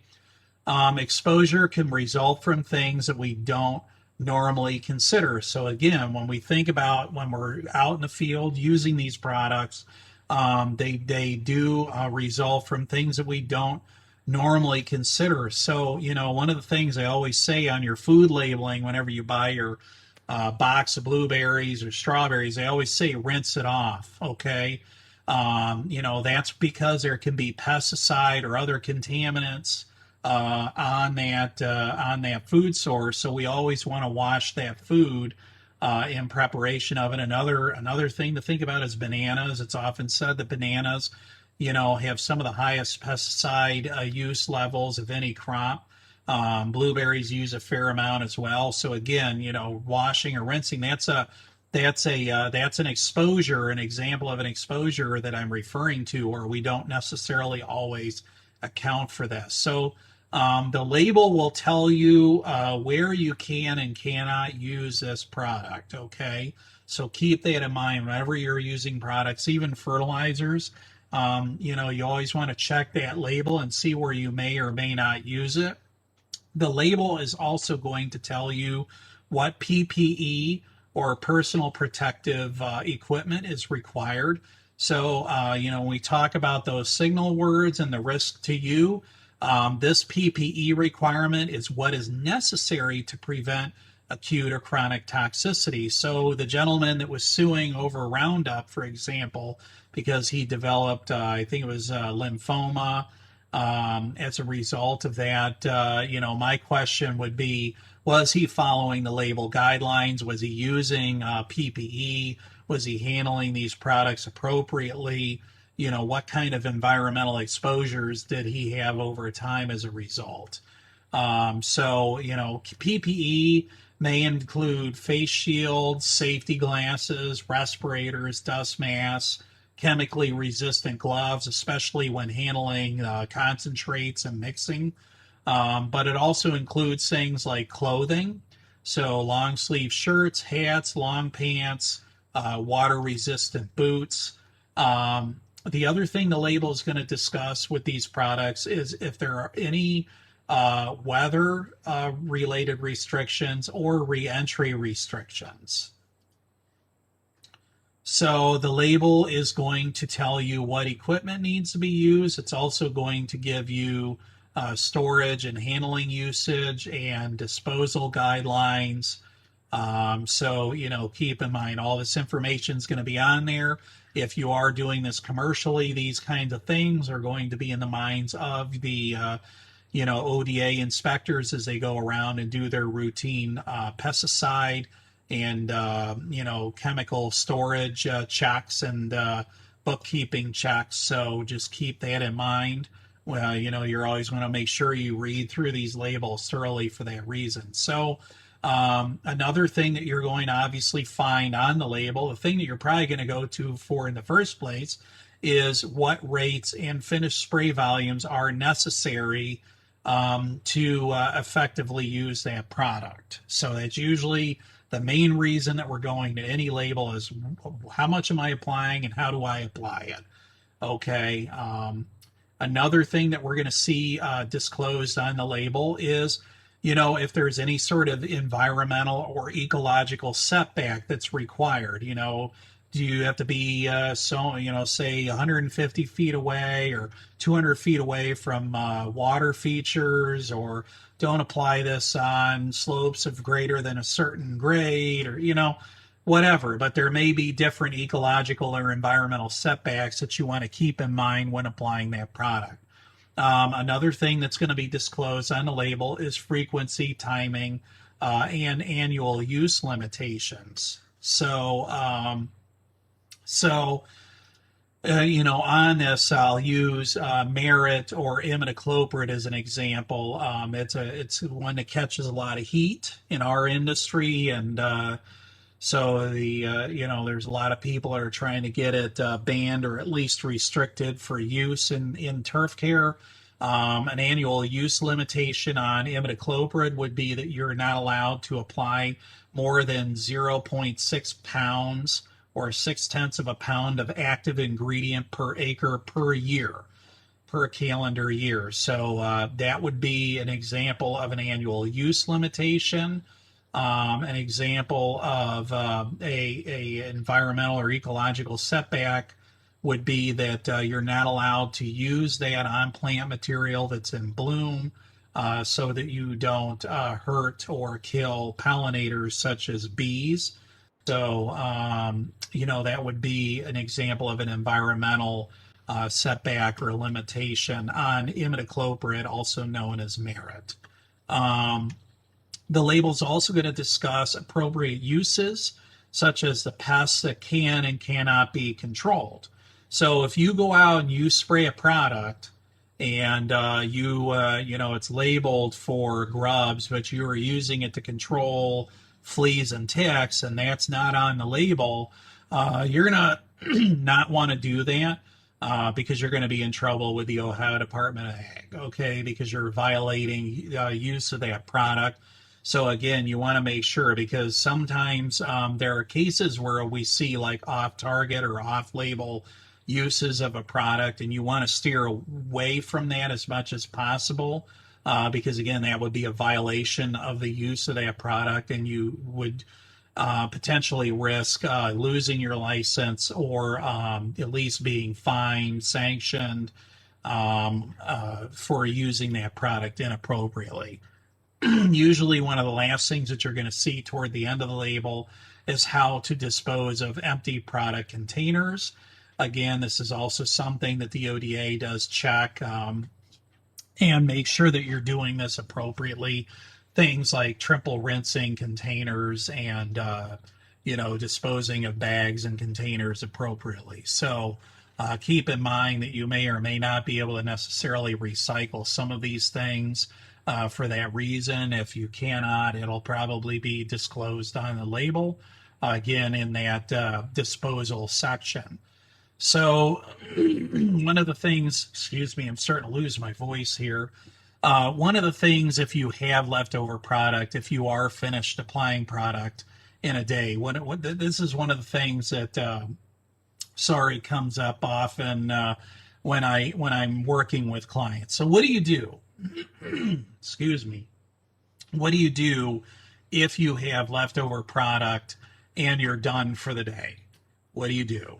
Okay, so one of the things that I'll tell guys to do often is try and spray out. If you have material left, try and spray it out as much as possible on that property.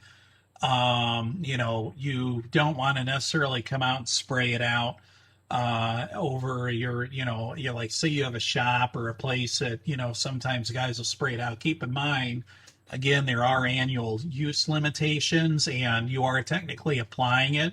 You also want to record it as an application if you're spraying it out on, say, a shop property or something like that. So I generally recommend that guys, if at all possible, try to spray it out and, in essence, tank out every day. If you do have product left over, it is possible to mix into that in the following day. You just want to keep in mind what you ended the day with in that tank, and make sure that you add the appropriate amount of concentrate the next day, because you are going to have some residual pesticide left in that tank, obviously, and you don't want to end up with a trailing concentration where it's just getting increasingly concentrated day to day if you keep doing that. Another requirement that we have in our business is notification. You are required by law to leave notification of what you have applied and how much. So the state has very specific guidelines on what to include. I had this come up recently with a customer about leave behinds, and I guess they got in trouble. All they do is take care of commercial properties, but they are still required to do this notification nonetheless. It's called a statement of service.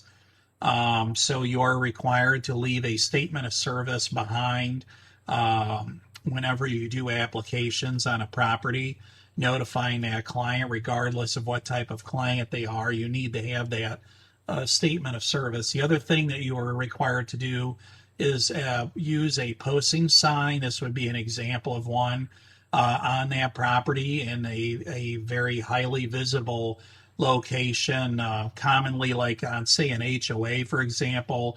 It's common to leave these at the entranceway coming off the main street, or maybe where the cluster box mailbox units are located, so that it's there and readily available for all the residents on the property or in the community to see that an application has been done.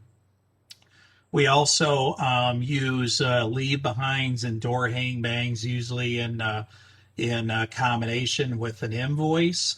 So a lot of times you'll see that statement of service tied with or as part of the invoice.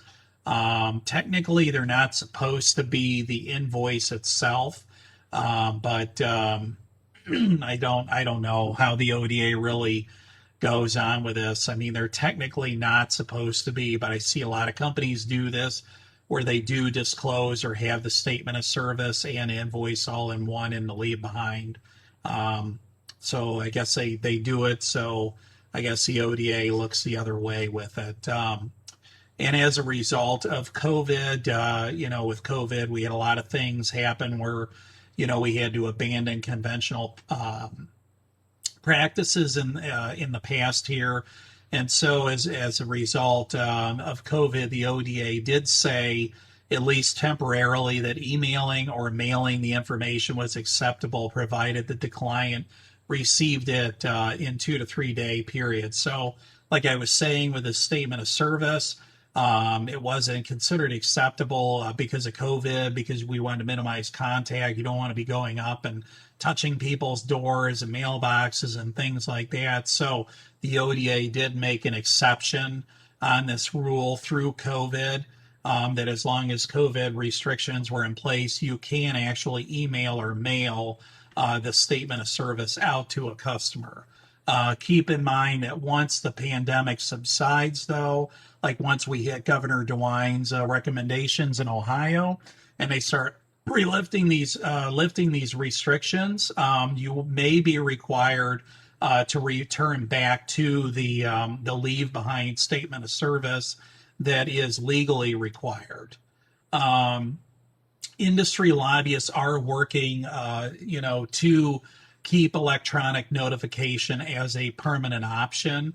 Again, this was more of a ruling, given it was something that was put in place through executive order, giving the ODA permission to allow this.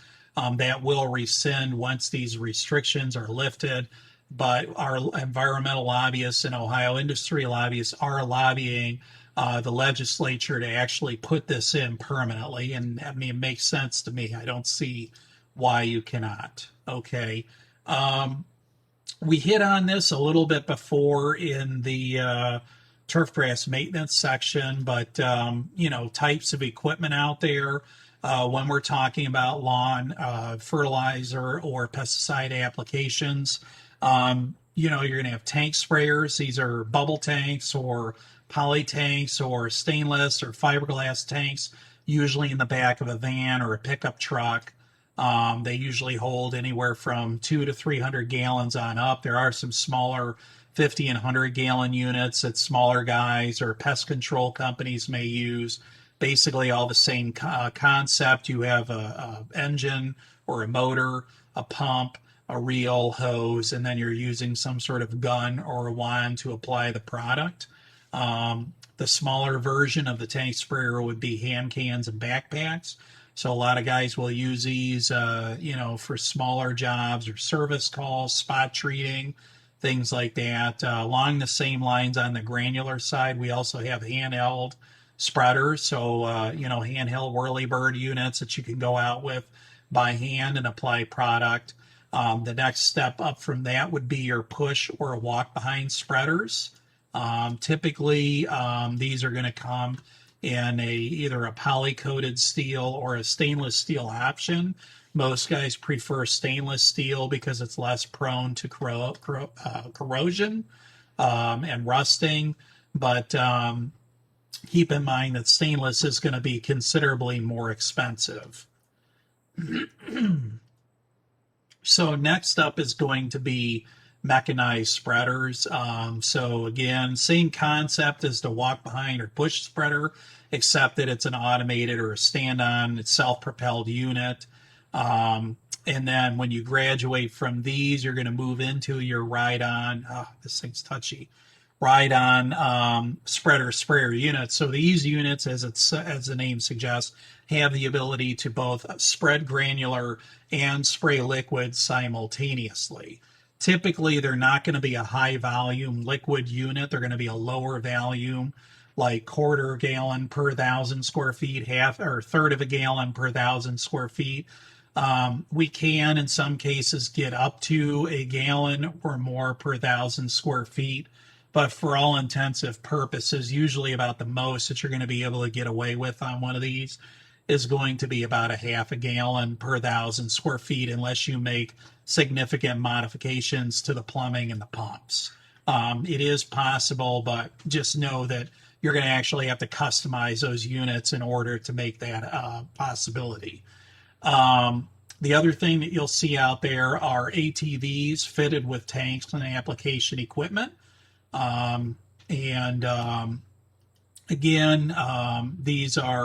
You'll see these oftentimes used on like golf courses, but you'll see it in other areas. Basically, it's just a spray tank unit that's affixed to the vehicle, whether it's a Gator or an ATV or a Polaris type unit, and you have the ability to go out and spray with a long boom.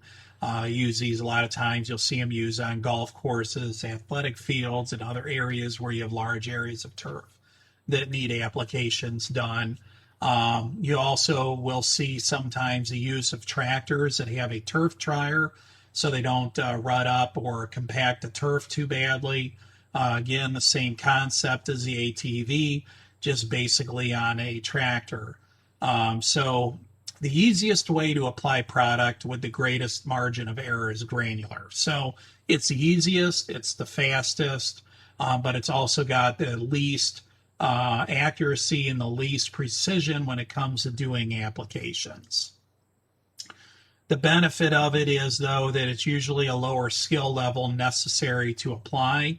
You don't need to really be good at what you're doing or know what you're doing to be able to do it properly or to do it well enough to pass. So fertilizers, combination pesticides and fertilizers and control products are all usually available in granular form. So they're pretty widely available, again, making it relatively easy to apply them and purchase them. They're generally safer to handle. So as far as like PPE and safety concerns from exposure, other than dust and absorption through eyes or skin from the hands, that's usually your main risk of exposure from them. Otherwise, they are generally speaking, they're safer to handle and apply. So the other benefit with these granular products is that you're also not handling these pesticides or nutrients in their raw or concentrated form, which again is going to significantly increase the risk of exposure. Um, the disadvantage to granular forms of pesticides and fertilizers and stuff is that you have limited options compared to spraying, especially when it comes to the control products. So this is your pesticides, things like insecticides, herbicides, fungicides. Um, you're just going to find that a lot of times you're not going to have a pesticide available in a granular form. So you ultimately may, if you want to or need to use a specific product, you may have to apply it as a liquid or spray form. Um, the other disadvantage to granular control products is they tend to be more expensive than their liquid counterpart. So a perfect example of this would be a weed and feed.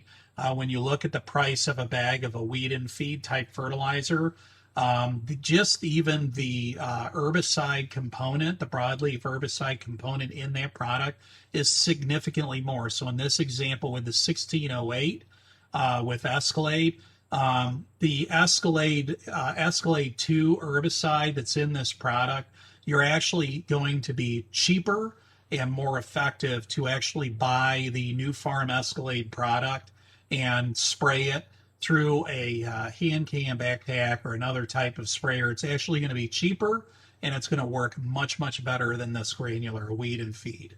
Again, another problem with the granular is that they're less accurate and precise by nature. So you have less control over where it goes in liquid. If I were to do a liquid application, I, in essence, could literally spray right up to the edge of this concrete and never get it onto the concrete. So the problem is that you have an increased risk of either over or under applying product and product overuse from it going where you don't want it. So you just don't have that level of control. This actually is iron staining that you see here was actually resulting from using a granular fertilizer that had iron, a granular iron, probably an iron oxide form in the fertilizer. And when that fertilizer hit the ground, it wasn't blown off as you're legally required to do. It got wet either from rain or irrigation, and now you see you have iron staining all over. And so as a result, a lot of times guys shy away from using products with iron in them for this reason.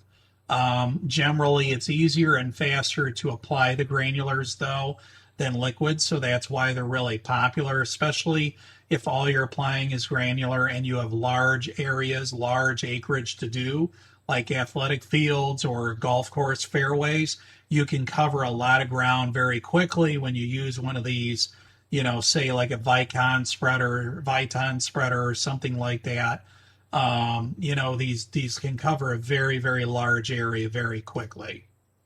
Okay. Again, on the downside, there's more risk of product landing in non-target areas and potentially causing damage. When you have less control over where that granular is going, you're going to have more risk to other, say, sensitive environmental areas. Another benefit of a granular product, especially when it comes to nutrition or fertilizer, is that we can apply much higher rates of nutrients like nitrogen than we can with liquid. Remember, a while ago we talked about liquid forms of nitrogen, like using the urea as a liquid, and if you remember, we have to be careful that we don't over apply it or exceed a certain amount of nitrogen because we can cause burns. So we have it's much safer, and we can get away with applying much higher amounts of nitrogen with granular products than we can liquid. The disadvantage is that it's much more difficult to apply those granulars at lower rates. So you can't necessarily take like a 3336 and then go try and apply it as a granular fertilizer at a say a half a pound of nitrogen, because what ends up happening is it becomes very difficult below a certain rate per 1,000 square feet. It becomes very difficult to apply it properly and effectively. And you could start seeing things like this happen where you just don't get good, effective spreading and consistency of that product on a property. So some products do work better as a granular app, depending on rates. And they, it's because you do a better job delivering it to the target pest. So a good example would be grub control.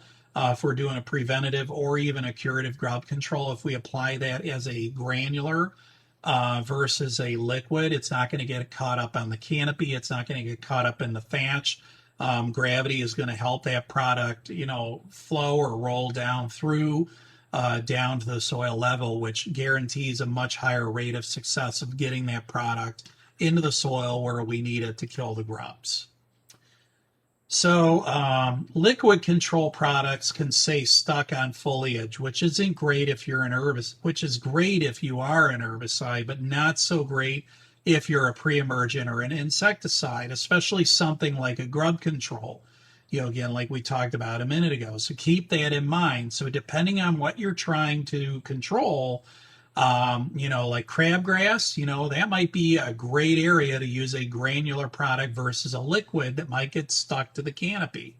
Same thing with your grub control. Okay. Granulars are also less affected by wind and rain than spray applications. So another nice benefit is, unless it's like a driving rain or a real heavy downpour, if it's a light rain, we do have the ability oftentimes to go out and apply fertilizers and combination products and control products in the rain, if it's a light rain or just wet conditions. So another thing that we do look at when we talk about granular products is something called the size guide number, or SGN. This is important to know for product performance and use area and proper application. So smaller products are going to have a lower size guide number than larger products, and smaller products are going to have a greater surface to volume ratio, which means in terms of a combination or a control product, they're going to deliver that chemical faster. Okay, the other areas that smaller SGN is going to come in handy is where you have really, really low cut turf, such as on a green or a tee on a golf course. The bigger products are going to be better for your larger areas like residential, commercial lawns, athletic fields, areas where you have higher cut turf and larger areas to do. Okay, so the other benefit when we look at size guide number is falling into a sweet spot of how many particles per square inch and per foot we're going to get, especially on control and combination products. We're going to get better performance out of, better particle per square inch coverage, especially things like crabgrass control. So going slightly smaller on your particle size could end up netting you better results. Okay. So in lawn care in general, we usually have three categories pertaining to mesh size. So we have a small, micro, or greens grade, which is going to be your smallest. That's typically a 90 SGN. The next size up in grading is going to be called a medium or mini or mid-grade. These are typically around 150 SGN. And then the next one up would be what we would call a large or standard or fairway grade. These are usually around a 220 SGN. The fourth one that we see sometimes, again, I only focus on three for turf care. You're really not going to want to use this on lawn care, would be the ag grade. Okay, and that would be like a 250 size guide number or larger. Again, these numbers pertain to mesh sizes. So For higher cut turf in lawn and athletic field settings, 220 SGN is typically going to be the magic number for both fertilizers and combination numbers. If we can keep it in that 200 to 220 SGN range, we're going to get really good performance, good coverage, good particle per square inch coverage. A mid grade is perfectly fine to use.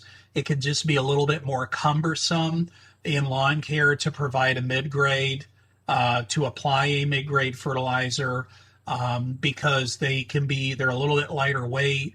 You have to keep your passes tighter, and they tend to be a little bit more affected by wind. So keep in mind that many of your granular herbicides, insecticides, and fungicide control products are usually going to be in a 90 to 150 SGN grade. So, just keep that in mind when you're going to apply them and calibrating your equipment. A best management practice that is legally required is you do have to blow off pavement and maybe even like mulch beds, tree rings, things like that. These are areas that you're going to want to blow off when you've completed fertilizing or control applications. This is obviously a disadvantage when we talk about granular applications because it is a time hog, especially if you're a lawn care company and you're doing 30 or so stops a day. That 5 minutes per stop adds up real quick. So you do lose productivity time having to blow everything off. It is the law. And this is something that if you're an all liquid company, you don't really have to worry about. Okay. So just keep that in mind.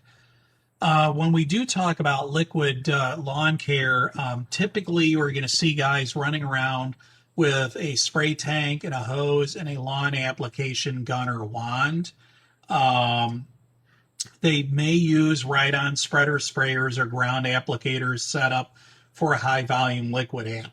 So like I said earlier, I do have guys that have, say, steel greens that when I've sold them to them, I actually had them configured with pumps and tanks, and all the plumbing was set up at the factory for them to be able to go out and spray that higher volume.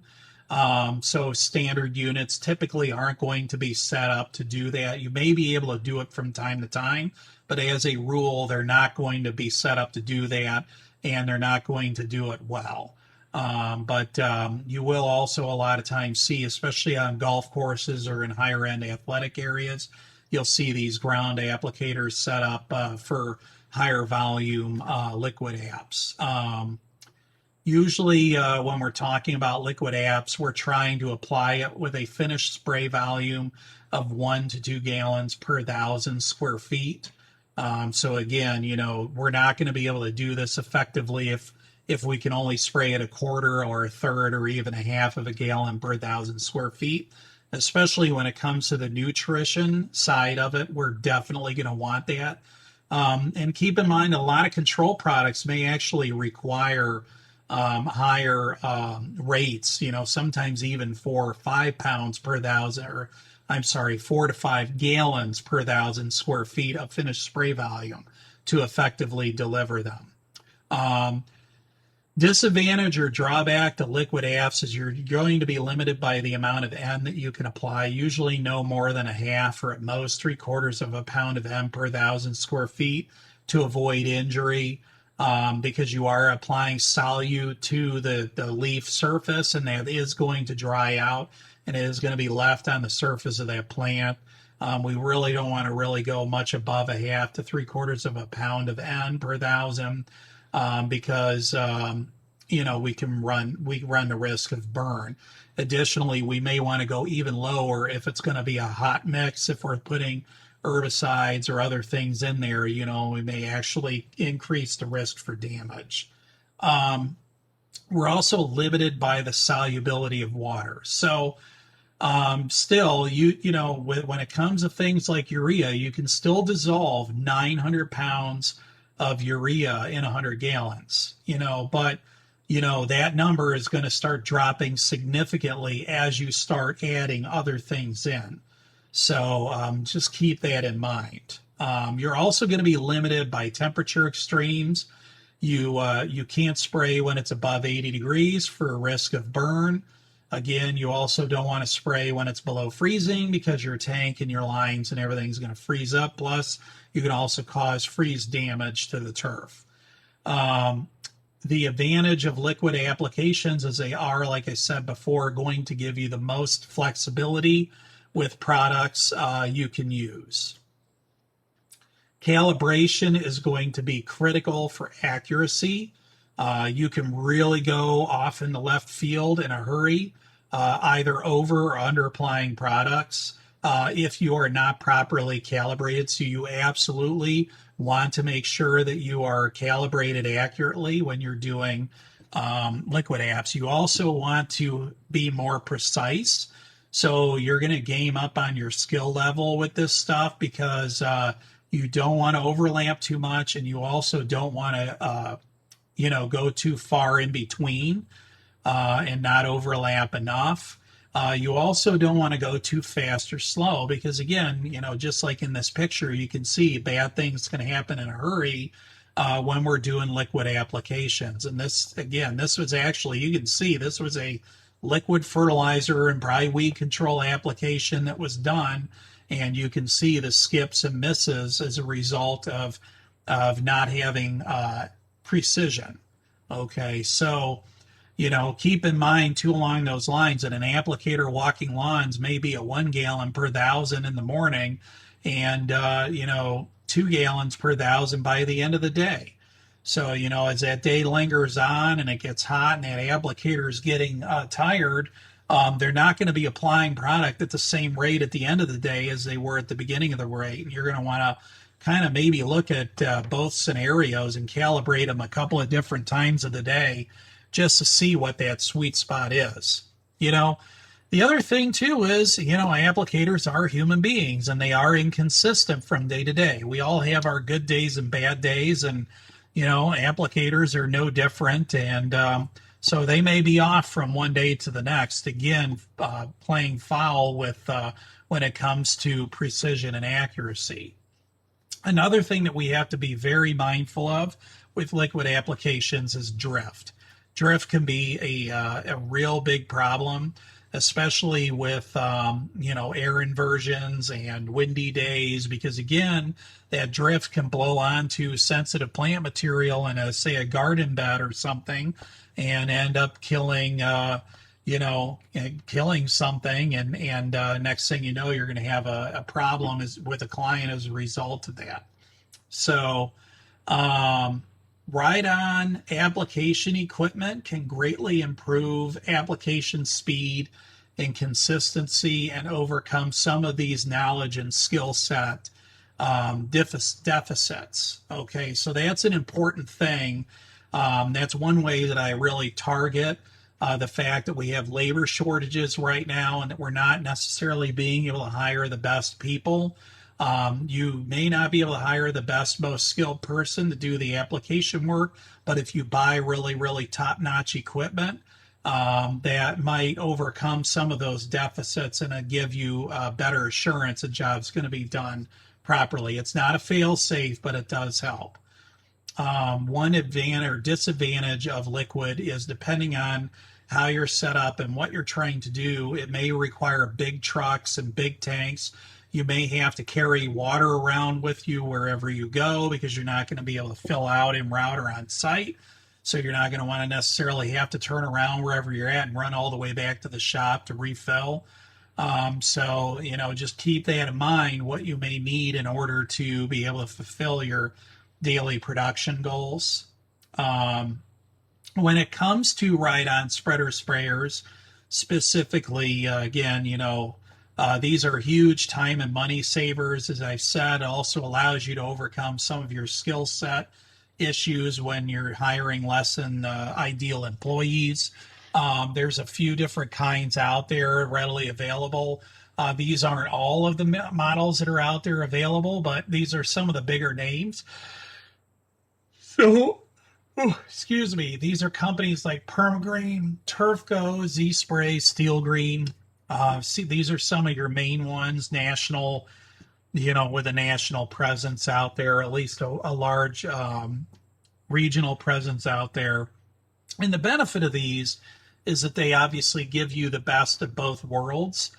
They give you the incredible flexibility to apply granular fertilizer over large areas, but they also give you the added benefit of running, increasing the diversity or the spectrum of liquid control products like herbicides that you can use. So, again, they can be used for both low volume and higher volume liquid applications. This would be an example of a picture off of a steel green unit that I would, have retrofitted for a customer to be able to go out and do liquid applications. Just keep in mind, if you want to buy one of these units and use it for this purpose, you're going to want to make sure that they come set up that way. You can usually treat 1,000 square feet in 30 seconds or less versus a minute per 1,000 square feet to walk a lawn or property. So, adding to the time savings there. They also save you time in the sense that you do not have to double apply a property. So you're not going to have to go over it and apply a granular and then have to come back and spray. And imagine if you're doing all that, walking that property by hand, just how much time it's taking you to fertilize that property versus using one of these ride-on units. You also have less downtime refilling because typically you're going to do multiple acres per fill with one of these units. They also have faster ground transport speeds, so loading and unloading, and when you're on a large property, you have to drive back to wherever you're stationed at to refill. You're going to have much faster transport time. Probably don't have to move your entire setup around as much on a property because you can get there quicker. And they're very versatile. They can be used on a wide range of property types and sizes. The drawback to them is that they are expensive. You're typically looking at anywhere from $10,000 to $15,000, if not more, unless you can find one used. And obviously, don't forget the additional maintenance costs associated with it. There are limitations, just like anything. They can save you in a lot of ways, but there's still going to be limitations to where and how you can use them. You're not going to want to run them in wet and soggy soil. That's going to be a disaster, and you're probably going to end up sinking the ride-on unit in that property, and you're not going to have a happy customer if you do that. Gated properties can be a real challenge, especially if the gate's less than 48 inches wide. So keep that in mind as well. But other than that, they're really, really awesome pieces of equipment, and if you have the acreage or the company size big enough to justify it, they're definitely worth their weight. So the next thing that we're going to talk about when we're talking about the fertilizer and chemical applications is developing a plan and program. So what does a standard lawn care program look like? Well, typically, conventionally, at least in our area, you're talking about 4 to 6 applications per season. Sometimes you'll see 3 applications a year on bare bone programs. We're typically looking for about 4 to 6 pounds of nitrogen per 1,000 square feet per year or season. And grass needs at least 3 pounds bare minimum, or it's not going to look great. So just keep that in mind. If we're going to try and go lower on a nitrogen, we're going to have to rely on products that increase that nitrogen use efficiency or that uptake efficiency, because you're not going to be able to get away with lower rates of N.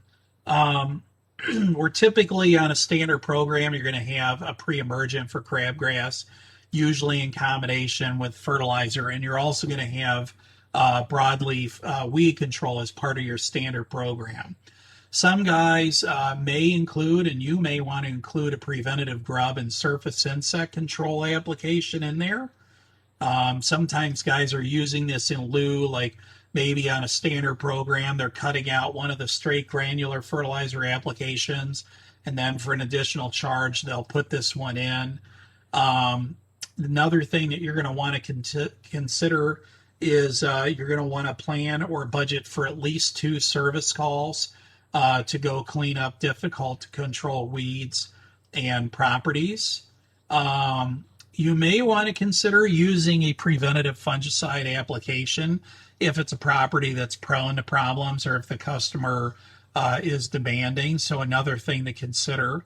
You want to try, if you can, to rotate your control products. This can be challenging in lawn care, mainly for three reasons. One, we have cost limitations.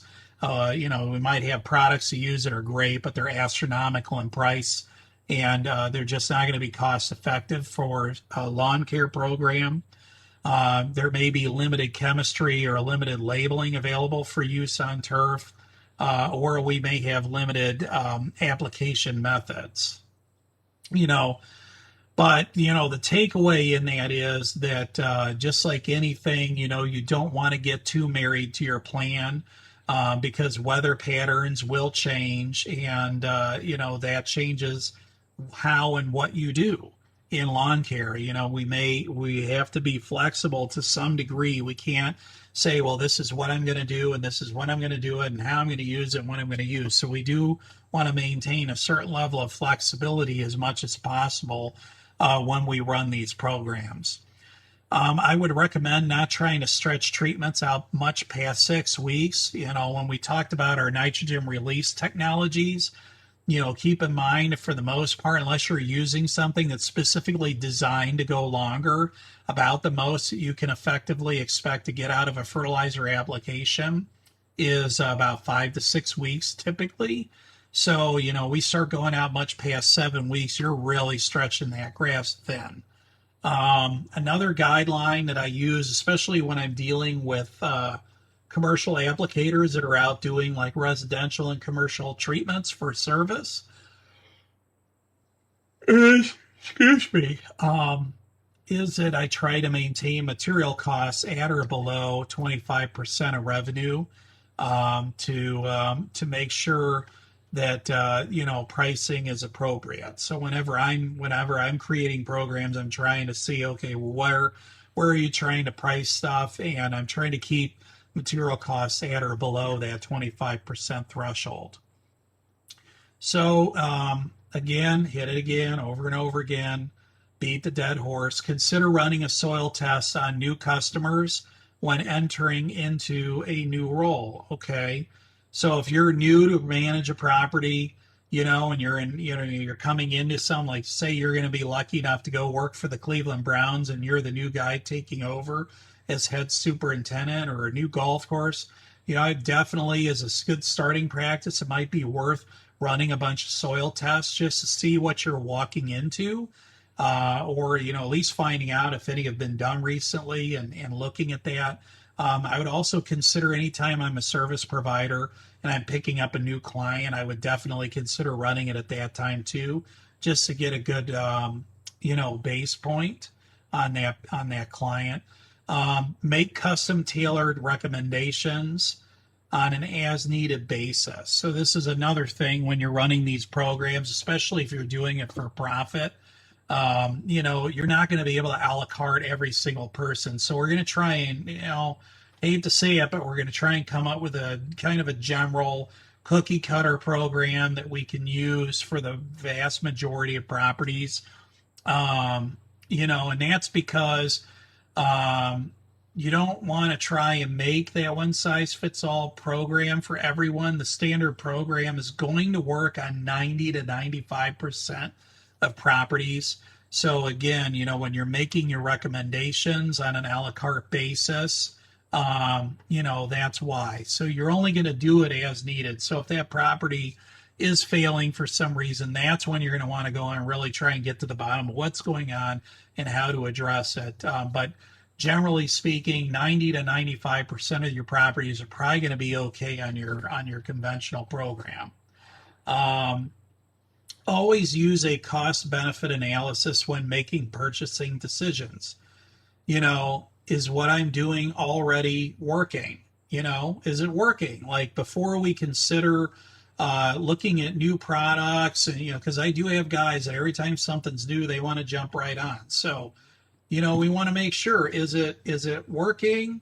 Do I need improvement? Is there a gap, an opportunity gap Is there an opportunity, a sales opportunity or a marketing opportunity that I'm missing out on?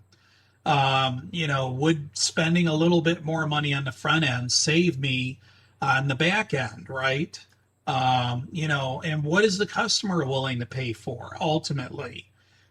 Because you may want to do it, it may be the greatest thing in the world, and you may be able to justify the expense, but is that an expense that you're going to be able to pass on to the consumer? Are they going to be willing to pay for it, or are you going to have to absorb it? You know, Another thing when I look at product use and selection is, will it differentiate you in the marketplace, much like seeing a purple cow, right? No, you see a lot of cows every day potentially, but have you ever seen a purple cow? Are you going to differentiate yourself potentially in the marketplace? Maybe it's worth paying a little bit extra using something a little different to differentiate yourself. Okay. So, another thing is products and timing. When and how are we usually going to use these products?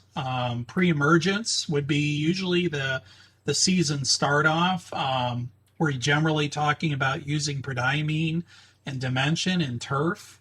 The minimum recommendation in Ohio is a quarter-pound AI per acre on dimension and 0.65 pound AI per acre on prodiamine.